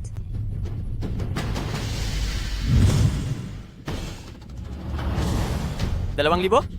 Hahaha. Hindi ba, Lin Jixing? May 2,000 ka lang sa bulsa mo? Ano bang ipinagmamalaki mo? Hayaan na lang natin. Ang 2,000 ay ginawang 200 bilyon. Hindi ka man lang kumurap. Ako, si Duming Xuan, ngayon, talagang bilib ako sa iyo. Bakit ka nagmamadali? Sino ang nagsabing 2,000 lang ang pera ko? 1 minuto? 1 minuto lang ang kailangan? Hintayin natin. 1 minuto? Hindi. Masyadong maikli ang 1 minuto. Bibigyan kita ng 5 minuto? Huwag na nating pag-usapan ng 200 bilyon, basta mabigyan mo ako ng 20,000. Ang 7 kulay na banal na damong ito, ibibigay ko sa iyo ng kusa. Dean, may balita na po, Dean. Nahanap na. Bakit ka ba ganyan? Ano ang nahanap mo? Ang account ng Dr. God. Pwede na pong magpadala ng pera. Ano? Agad mag-deposit ng 200 bilyon. Ang Siehe Hospital ko, kailangang makipagtulungan sa MedGod. Agad mag-deposit ng 500 bilyon. Dapat nating payagan ang MedGod na maging bahagi ng World Medical Association natin. Ipadala lahat sa account ng MedGod. Tiyaking maimbitahan ang MedGod na maging endorser ng Shinke Pharmaceutical namin. Bilisan, ihanda ang sasakyan. Hanapin ang MedGod. Ihanda ang sasakyan. Hanapin agad ang MedGod. Ihanda ang sasakyan. Hanapin ang MedGod. Oo? Kalahating minuto na lang ang natitira. Lin Jixing, nasaan ang bala mo? Ay! Baka na traffic sa daan?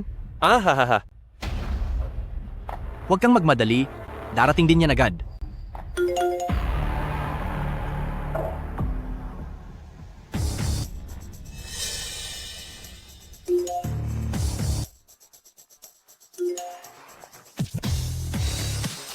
Ipadadala ko ang pera sa iyo mamaya. Ayon sa nakarehistrong address, ipadala mo sa akin ang 7 kulay na sagradong damo. Hindi, ang galing mo talagang umakto. Ay, Pumasok na. 200 bilyon, 500 bilyon, 1,000 bilyon. ano? Para sa damong ito, naghanda siya ng 1,000 bilyon. Ang pondo sa account ay patuloy na dumarating. Siya. Sino ba talaga siya? Imposible, talagang imposible. Tawagin ng mga tao. Bantayan ninyong mabuti ang kilos ni Lin Zixing.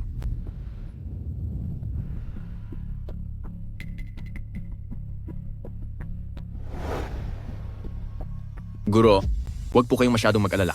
Kasama naman ang doktor? Anong masamang mangyayari sa binibini? Oo nga, Direktor. Nandyan si nakababatang kapatid na lalaki. Itong 7-colored divine herb, hindi ba't madali lang itong makuha? Tatay. Ay, Anak, ayos lang ba ang lahat? kita mo na. Sinabi ko na sa inyo na walang problema. Ahang? Anak, kasalanan ng tatay na walang silbi? Hindi ko mahanap ang divine herb para iligtas ang buhay mo. Pasensya ka na, tatay. Ay, tatay. Sa totoo lang, nabili ko na ang makulay na mahiwagang damo. Ano? Totoo ba ang sinasabi mo? Paniguradong padating na yan mula sa auction house. Anak, maliligtas na ang buhay mo mula sa kanser? Hindi ka na maghihirap pa. Nandyan po ba si Ginoong Lin? Ang iyong makulay na mahiwagang damo ay dumating na. Salamat.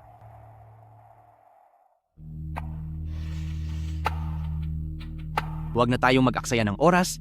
Ngayon din ay tutulungan ko si Wanro, naganap na tanggalin ang cancer. Sige, ipinagkakatiwala ko na sa iyo si Wanru.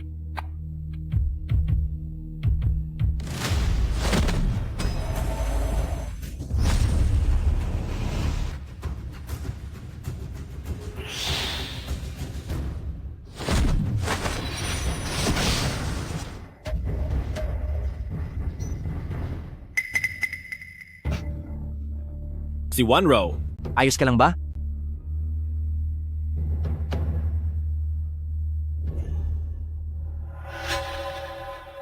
Ang mga selula ng cancer sa katawan ni Wanro ay ganap ko nang inalis. Mula ngayon, hindi na siya magkakaproblema sa cancer. Talaga? Napakaganda.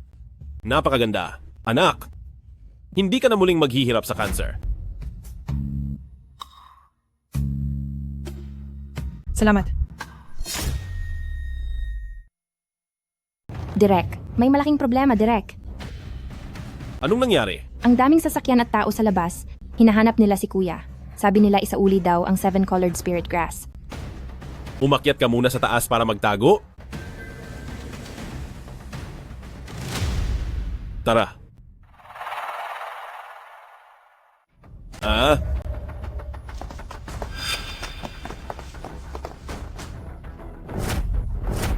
Matandang duwag, saan ka pupunta? Ayos ka lang ba? Sino ka ba? Basta-basta na lang nanakit. Wala na bang batas? Batas? Ako ang nanakit? Ako ang batas? Sino ka naman, ha? Palabasin mo si Lin Zixing. Ako. Du Mingxuan, ikaw na naman? Sing? Magkakilala kayo? Pa. Siya, yung taong yan. Pinahirapan tayo sa auction. Ching Cheng, huwag kang mag-alala. Pag nakuha na ang 7-colored spirit grass, sisiguraduhin kong ipapagamot ko ang sakit ng tatay mo. Sa pinakamagaling na doktor sa mundo. Maraming salamat, young Master Du. Maliit na haliparot. Naglilinisan ka pa rin sa akin? Pag nakuha na ang 7-colored spirit grass? Lin Zixing, ayoko nang magpaligoy-ligoy pa. Nasaan ang 7-colored spirit grass? Ibigay mo sa akin. Mahiwagang damo, nagamit ko na. Anong nagamit na?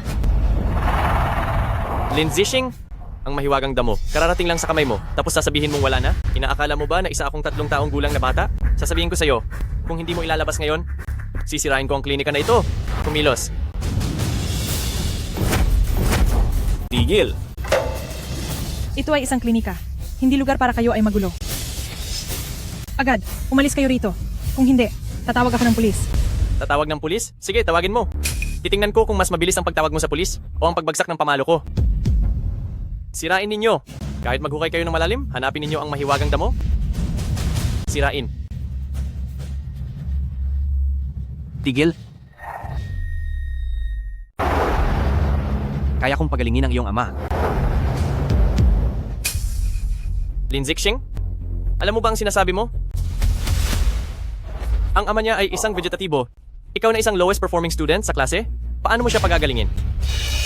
Ang aming kuya, kahit ang malubhang sakit ng aming dalaga, ay nagamot niya, lalo na ang sakit ng ama niya.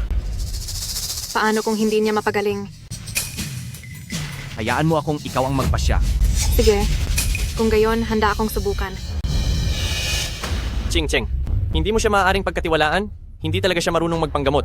Sa loob ng maraming taon, marami ka na ring nahahanap na tinatawag na henyong doktor, ngunit wala pa ring nakakakita na gumagaling ang sakit ng aking ama. Sa pagkakataong ito, gusto kong subukan ang aking kapalaran. Hindi si Ching Cheng. Siya ay isang manloloko na walang alam sa medisina. Kung sakaling mamatay ang iyong ama dahil sa kanya, anong gagawin mo? Hindi ka dapat magtiwala sa kahit sino, lalo na sa taong ito na puro reseta lang ang alam. Kuya, siya ay isang mediko Diyos. Sa mundong ito, maliban sa mga patay, wala pa siyang hindi napapagaling. Tama. Ako ang magpapatunay. Si Ahang, tunay ngang isang mahusay na manggagamot. Sige. Kayo? Para lang mailigtas ang ospital? Kung ano-anong kasinungalingan? Ang kayang sabihin? Siya na walang alam, karapat dapat bang tawaging mediko Diyos? Sus! Kayo lang ang mga tanga, ang maniniwala. Ikaw! Lin Zixing, ang galing mo ah. Sa bawat sabihin mo na, mediko Diyos, ibig mo bang sabihin na kusa silang tumatawag sa'yo? Sasabihin ko sa'yo, kung hindi mo ilalabas ang 7-color divine grass ngayon, sisiguraduhin kong kahit ang Doctor of God ay hindi ka na maililigtas. Nagkakatiwala ako sa kanya. Hindi, Ching Cheng, ikaw. Naniniwala ako na kaya niyang gumawa ng paraan para mailigtas ang aking ama. Ngunit kung hindi niya ito magagamot, gagawin kitang hindi na makakapamuhay ng maayos.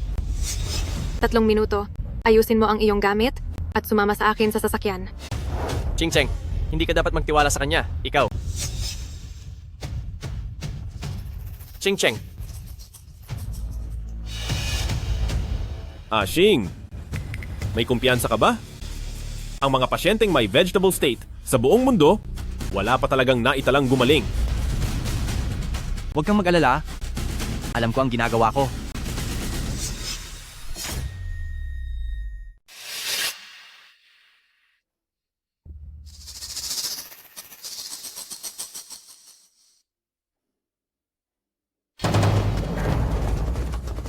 Tatay? Kuya, kumusta na po ang kalagayan ni tatay? Hindi na nga mabili ang panggamot na 7-colored spirit herb. May mukha ka pa bang bumalik dito? Tutal, malapit na ring mamatay ang matanda. Dalian ninyo. At paghati-hatian na ang mana para hindi na tayo masay. Sa paggasto sa matandang ito, Simula nang maging gulay si tatay, patuloy akong naghahanap ng paraan para pagalingin siya. Ngayon, malapit na siyang mawalan ng buhay. Pero ang iniisip mo lang ay ang mana. Shu Jiadong, tao ka pa ba? Tatay, bakit nangyayari ito? Dr. Jiang, Dr. Jiang. Binibining Shu. Ang matanda ay nakaratay na ng maraming taon, ngayon, ubos na ang kanyang lakas. Wala nang magagawa. Tatay, hindi po. Hindi ito mangyayari. Tatay, huwag mo akong takutin, tatay. Walang kwentang basura. Nakikita mo ba? Wala nang magagawa ang tao. Malapit na siyang lumabas ang hininga. Kung hindi dahil sa iyo, paano lalala ng ganito ang sakit ng matanda? Kung hindi mo siya magamot ngayon, ako, Hindi pa umabot sa puntong walang ng pag-asa ang kalagayan. Hindi ganoon kasama ang lahat tulad ng iniisip ninyo. Hemp, matagal na akong nagpa-practice ng medisina. Ang ganitong uri ng karamdaman, kaya ko itong masuri kaagad. Ngayon, ang matandang Shu na ito ay pinipigilan ko pa ang kanyang hininga, maituturing ng maganda ang kalagayan. At ikaw, saan ka kumukuha ng lakas ng loob para magyabang dito? HMPF. Ilang dekada na akong manggagamot. Sa ganitong karamdaman, kaya ko agad itong pigilan. Ngayon, si Ginoong Su ay binigyan ko ng isang hininga. Sapat na yan. At ikaw, saan ka kumukuha ng kumpiyansa para magyabang dito? Yan ay dahil sa maikli mong kaalaman, mababaw lang ang iyong husay. Ano ang sinabi mo? ano ang gusto mong gawin? Gagamutin. Ikaw, sino ang nagpapasok sa iyo na hamak na tao? Lumabas ka. Kapatid, iniimbitahan ko siya para gamutin si Papa. Magalang ka.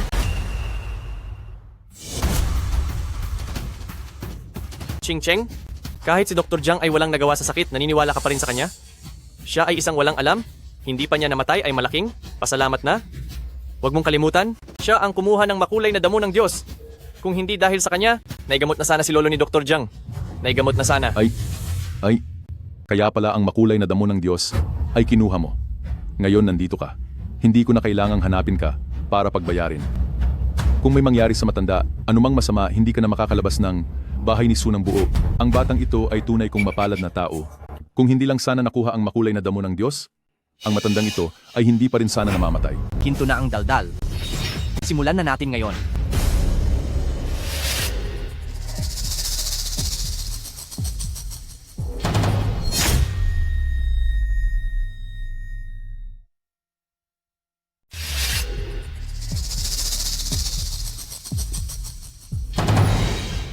Alisin mo ang marumi mong kamay. Sino ang nagsabi sa iyong humawak sa pulso?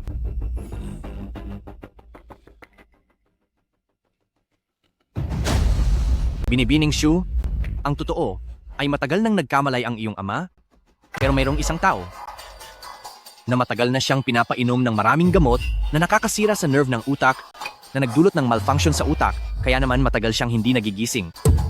Anong pinagsasabi mo? Anong ibig mong sabihin sa matagal nang umiinom ng maraming gamot na nakakasira sa nerve ng utak? Kadalasan ay ako lang at si Dr. Jiang ang personal na nagpapaiinom ng gamot sa matanda. Hindi kaya ang ibig mong sabihin, kami ang naglagay ng gamot? Totoo man o hindi, kapag nagising si matandang Jishu, siya mismo ang magsasabi sa inyo.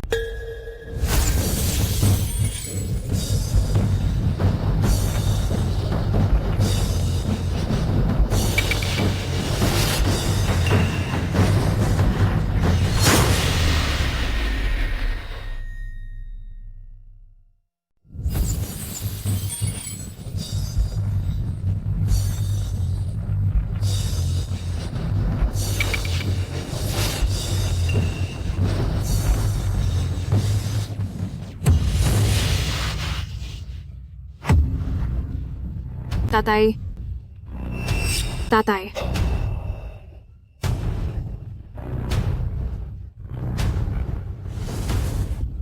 Hahaha.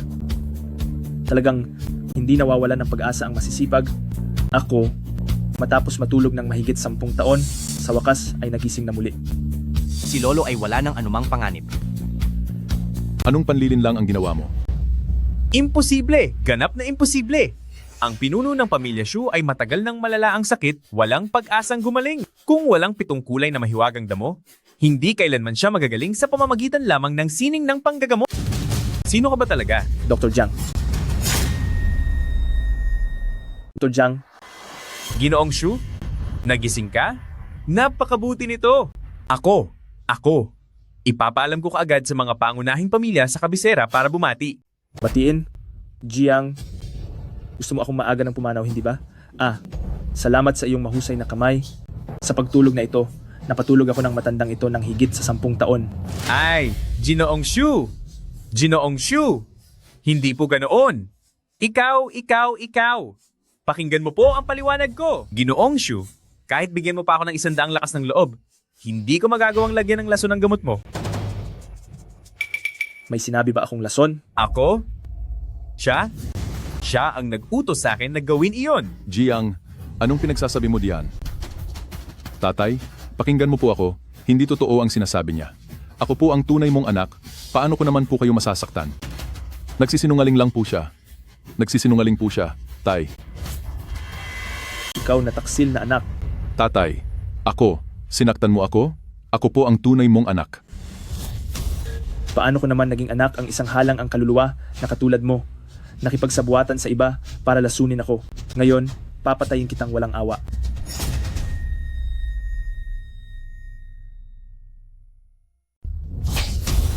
Bakit ako nagkaroon ng anak na tulad mo na hayop?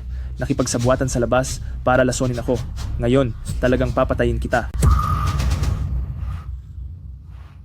Tao.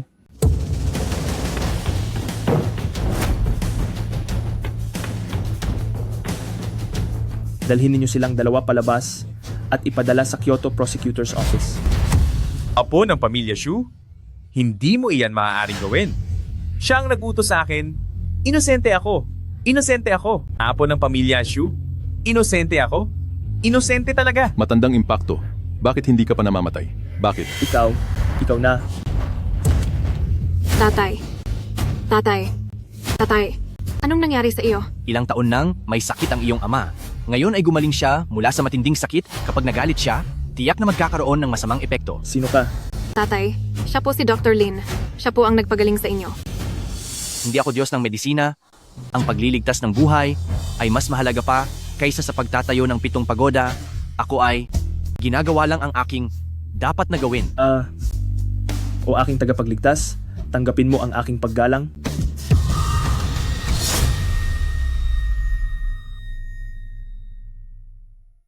Aking tagapagligtas, tanggapin mo ang aking pagpugay. Hindi na kailangan magsalita ng ganoon. Matandang Ginoo. Ang paggagamot at pagliligtas ng buhay ay bahagi lamang ng aking tungkulin. Dr. Lin, kung hindi ka dumating ngayon para tumulong, baka ako ay sumakabilang buhay na. Mula ngayon, ikaw ang magiging tagapagligtas ni Shu Qingfeng. Huwag kang mag-atubiling humiling ng anuman kahit pa kailangan kong mawala ang lahat ng aking ari-arian. Hindi na kailangan ng pasasalamat. Mula ngayon, araw-araw, gumamit ng deer antler, pinatuyong luya, at foti, pakuluan ng magkasama bilang gamot. 1 beses sa umaga at 1 beses sa gabi. Sa loob ng kalahating buwan, gagaling ka na. Kung wala nang iba, aalis na ako.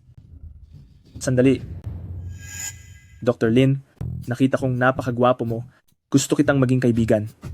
May asawa ka na ba? Ha? Wala po akong asawa. Aba, napakagaling nito. Wala siyang asawa.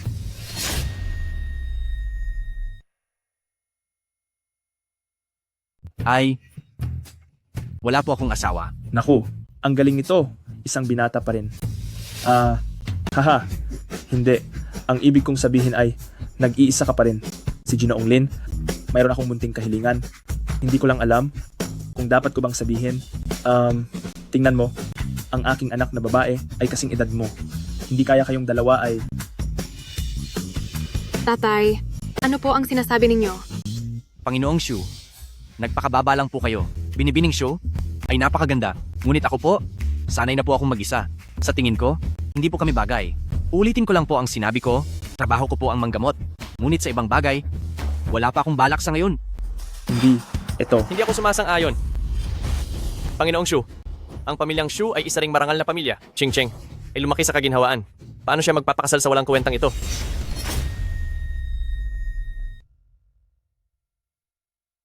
Hindi ito. Hindi ako sumasang-ayon. Ginang Shu, ang pamilya niyo ay isang prestihiyosong pamilya rin? Si Qin Cheng ay lumaking ginagawang lahat ang gusto niya. Paano siya magpapakasal sa basura na ito? Lin Jixing, alam mo ba kung ano ang high society? Huwag mong isipin na dahil marunong kang manggamot at may konting pera, magagawa mo na ang kahit anong gusto mo. Ikaw ay isang palaka na gustong kumain ng karne ng sisne. Dr. Lin, salamat sa pagligtas mo sa aking ama. Hindi ko lang po alam kung may oras kayo bukas ng tanghali. Gusto ko kayong imbitahan sa hapunan. Ito, Dr. Lin, pumayag ka na. Kung hindi ka papayag, kung kumalat ito, sasabihin nilang hindi ako marunong, lalo na ang mga matatandang iyon sa kapital, siguradong pagsisiraan nila ako. sige na nga. Kaya pumayag kayo? Mabuti. Bukas ng tanghali sa Cloudtop Palace. Magkikita tayo doon. Magkikita tayo doon. Ano ba ang pinaplano mo? Huwag mong isipin na hindi alam ng binata na ito kung ano ang nasa isip mo. Hindi ba gusto mo lang ng mas maraming pera? Naglalaro ka pa ng mahirap abutin? Kadiri. Sino ka ba? Palabasin. Ako. Ay. Ikaw. Ay. Lolo, ano ba ang ginagawa ninyo?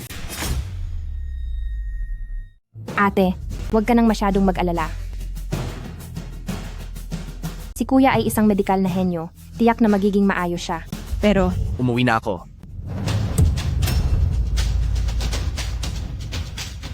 Kuya, bakit ngayon ka lang nakabalik? Lin, kumusta? Naayos mo ba ang problema? Naayos ko na lahat. Ang galing. Mabuti. Mabuting naayos na. Mabuting naayos na. Kuya, pinag-alala mo kaming lahat sobra. Lalo na si ate, simula nang umalis ka, narito siya nagbabantay. Natatakot na baka may mangyari sa'yo.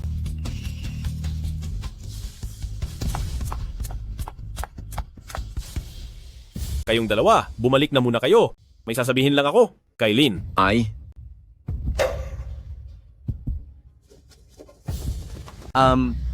Sige po. Magsalita kayo. Lin, sa tingin mo, paano mo nakikita si Wanro? Ha? Lin, hindi ka na bumabata at wala ka pa. Ring babaeng nag-aalaga sa iyo. Si Wanro naman, nakita ko siyang lumaki, kilala ko siya. Para sa iyo, mukhang may nararamdaman siya. Paano kaya? Sa totoo lang, wala pa akong balak tungkol diyan sa ngayon. Kaya, sana wag mo na itong banggitin sa susunod. Kung gayon, dahil wala ka namang ganyang ideya, hindi na kita pipilitin. Ay, oo nga pala. Bukas ng tanghali, inimbitahan ako ni Young Miss Shu sa Cloudtop Palace para mag-lunch, kaya hindi mo na kailangan maghanda ng tanghalian para sa akin. Sige. Balik muna ako sa kwarto. Hindi pwede. Kailangan kong sabihin ang balitang ito kay Wanro. Hindi pwedeng maagaw si Aishing ng ibang babae.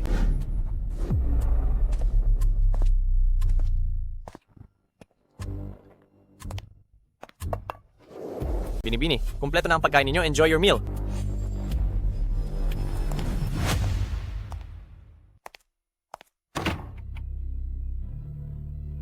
Lin Zixing, para patayin ka? Hindi nagatubili ang batang Panginoong ito na bilhin ang pinakamahal na lason, ang Soul Extinction Powder. Ngayon, tiyak na magiging abo ka. Itong little martial uncle na ito, kunwari ayaw pag-isipan, pero sa totoo lang, lihim siyang tumakbo rito para makipag-date sa munting vixen na ito. hindi siya ganoong klase ng tao. Ikaw! Itong maliit na tiyuhin ay talagang sa bibig ay sinasabing hindi siya interesado, ngunit sa totoo lang, palihim siyang pumunta dito para makipag-date sa babaeng iyon. Hindi siya ganoong klase ng tao. Ikaw yan!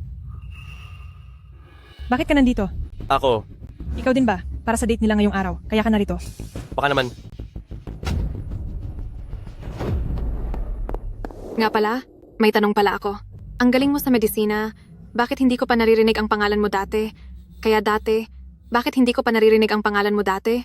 Noong araw na iyon sa auction, maraming maimpluwensyang tao mula sa medikal at negosyo ang nagpadala ng pera sa iyong account. Isang tulad mo, bakit ka nagtitiis sa isang maliit na klinika? Bawat isa sa atin ay may kani-kanyang sikreto, hindi ba? Ang sikreto mo napakarami naman. Nga pala, ito ang pangunahing ulam mula sa Cloudtop Palace. Tikman mo nga, kung masarap ba.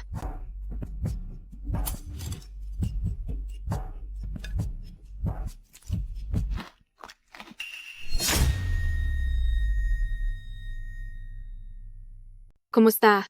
Masarap ba?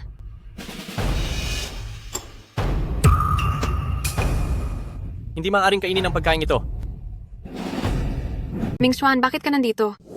Ako, Dumingsuan? Bakit hindi ka na lang nanatili sa Kyoto at sa halip ay nagtatrabaho ka rito sa Yunding Tiangong bilang isang waiter? Kahanga-hanga. Ang nga naman. Ikaw! Ming Xuan, si Dr. Lin ang aming tagapagligtas. Ang hapunan ngayon ay para lamang pasalamatan siya. Lin Zixing. Ngayon, kailangan kong ipakita kay Ching Cheng ang totoo mong kulay. Kayong dalawa, gaano pa kayo katagal manonood? Hindi pa ba kayo papasok at sisigawan niyo ang walang kwentang lalaking ito? Junior Master. One row. Ikaw. Ikaw na pesteng walang kwenta. Ngayon, nandito na ang mga saksi. Tingnan natin kung paano ka pa magkukunwari. Tio. One row. Ikaw? Ikaw na lalaking manloloko. Nandito na ngayon ang mga saksi. Tingnan natin kung paano ka pa magpapanggap. Bakit hindi kayo nananatili sa botika? Anong ginagawa ninyo dito? Dahil sa'yo pa, patagong pumunta rito para makipag-date sa maliit na fox demon. Kung hindi sinabi ng may-ari kay ate, hindi pa namin malalaman. Oo nga pala.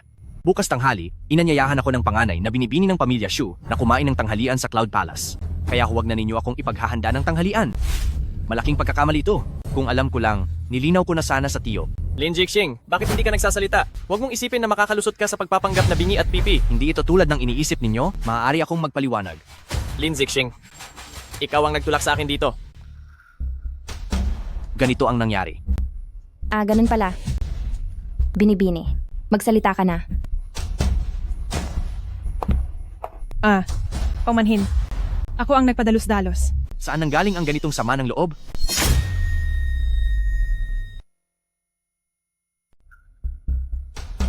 Ganito ang nangyari. Ganoon pala. Prinsesa ng tahanan. Magsalita ka na. Iyon, paumanhin. Ako ang naging walang galang. Saan nanggaling ang ganitong malakas na presensya? Hindi.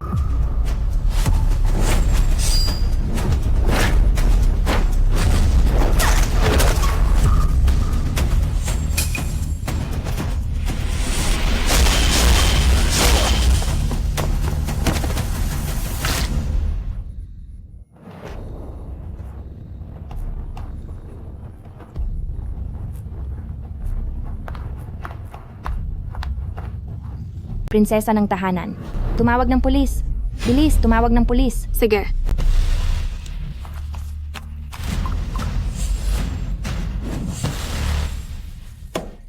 Mag-ingat.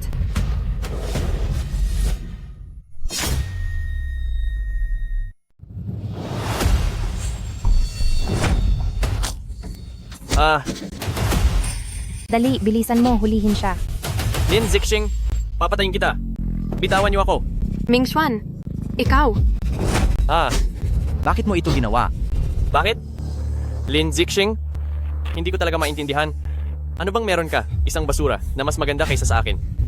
Bakit? Kaya mong walang hirap, agawin ang nag-iisang minamahal ko. Magising ka? Alam mo ba ang sinasabi mo? Duming Xuan, wala nang kahit anong pag-asa sa pagitan natin. Bakit mo nga ba ito ginagawa? Ching Cheng 10 taon kitang hinabol. Anong klaseng tao ako? Ikaw ang higit na nakakalam. Wala pagkabata. Basta ang taong gusto ko. Walang sino man ang makakaagaw. Ikaw? Lin Zixing, yung saksak kanina. Bakit hindi ka namatay? Dapat magpasalamat ka na mayroon kang taong lubos na nagmamahal sa iyo. Ngunit, sa kasamaang palad, ang ganda-gandang babae na ito, kahit ikaw pa, gaano man kataas ang galing sa medisina ni Lin Zixing, mamatay pa rin siya. Linawin mo ang sinasabi mo. Kuya, masama ang balita. Malapit na yatang mawalan ng malay ang panganay na binibini. Kuya, iligtas mo siya agad. Maayos pa siya kanina, hindi ko alam kung bakit. Bigla na lang nagkaganyan. Ito ay Disrupted Soul Powder.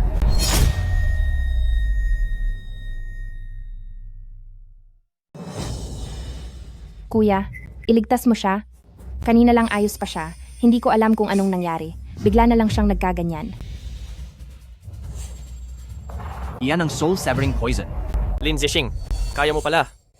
Nakilala mo pa itong Duan Hunsan na? Sasabihin ko sa iyo ang totoo.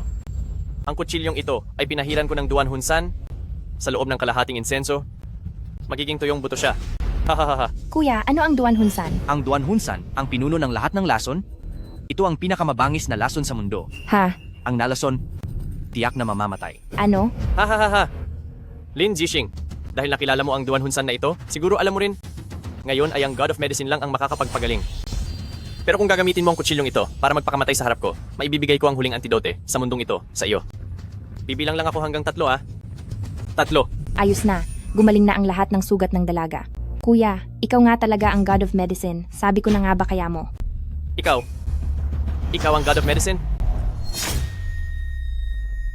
Xiao Senior Brother, ikaw nga ay si Dr. God. Sabi ko na kaya mo. Ikaw si Dr. God? Hindi. Imposible to. Siguradong nagkataon lang?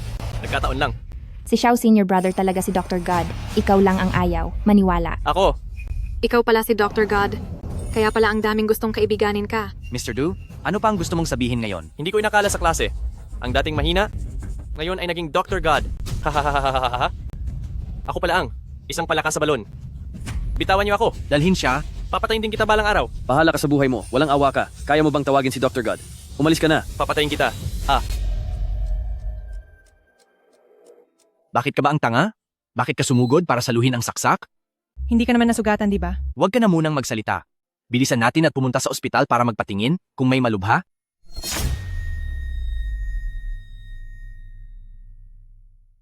Kang mag-alala. Ang iyong sakit, makakalabas ka na sa ospital sa loob ng 2 araw. Hing Wanru. Binibini. Binibini. Xiao Shishu. Kayo? Pa, bakit kayo narito? Wala namang masyadong ginagawa sa klinik ngayon, kaya dumaan kami para tignan ka. Kumusta na ang kalagayan mo? Hing? Mukhang ang sakit ni Wanru ay gumagaling ng maayos, tama?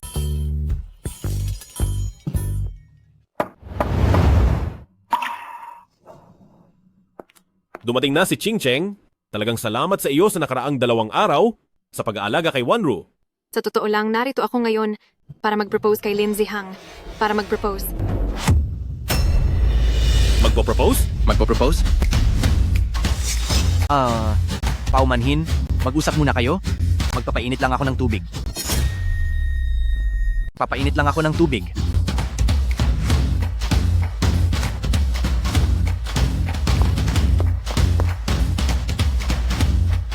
Ay. Kurator, sila ate at ang iba pa. Sila? Ano ang nangyari sa kanila? Si Hang, sa larangan ng medisina, ay napakahusay. Ngunit sa usaping pag-ibig, ay isa pa rin siyang blankong papel. Sa tingin ko, itong bagay na ito ay wag na nating pakialaman. Hayaang siya na ang magdesisyon. Ay. Bakit ka tumatakbo? Ako. Ngayon, sa pagitan namin, kailangan mong pumili ng isa.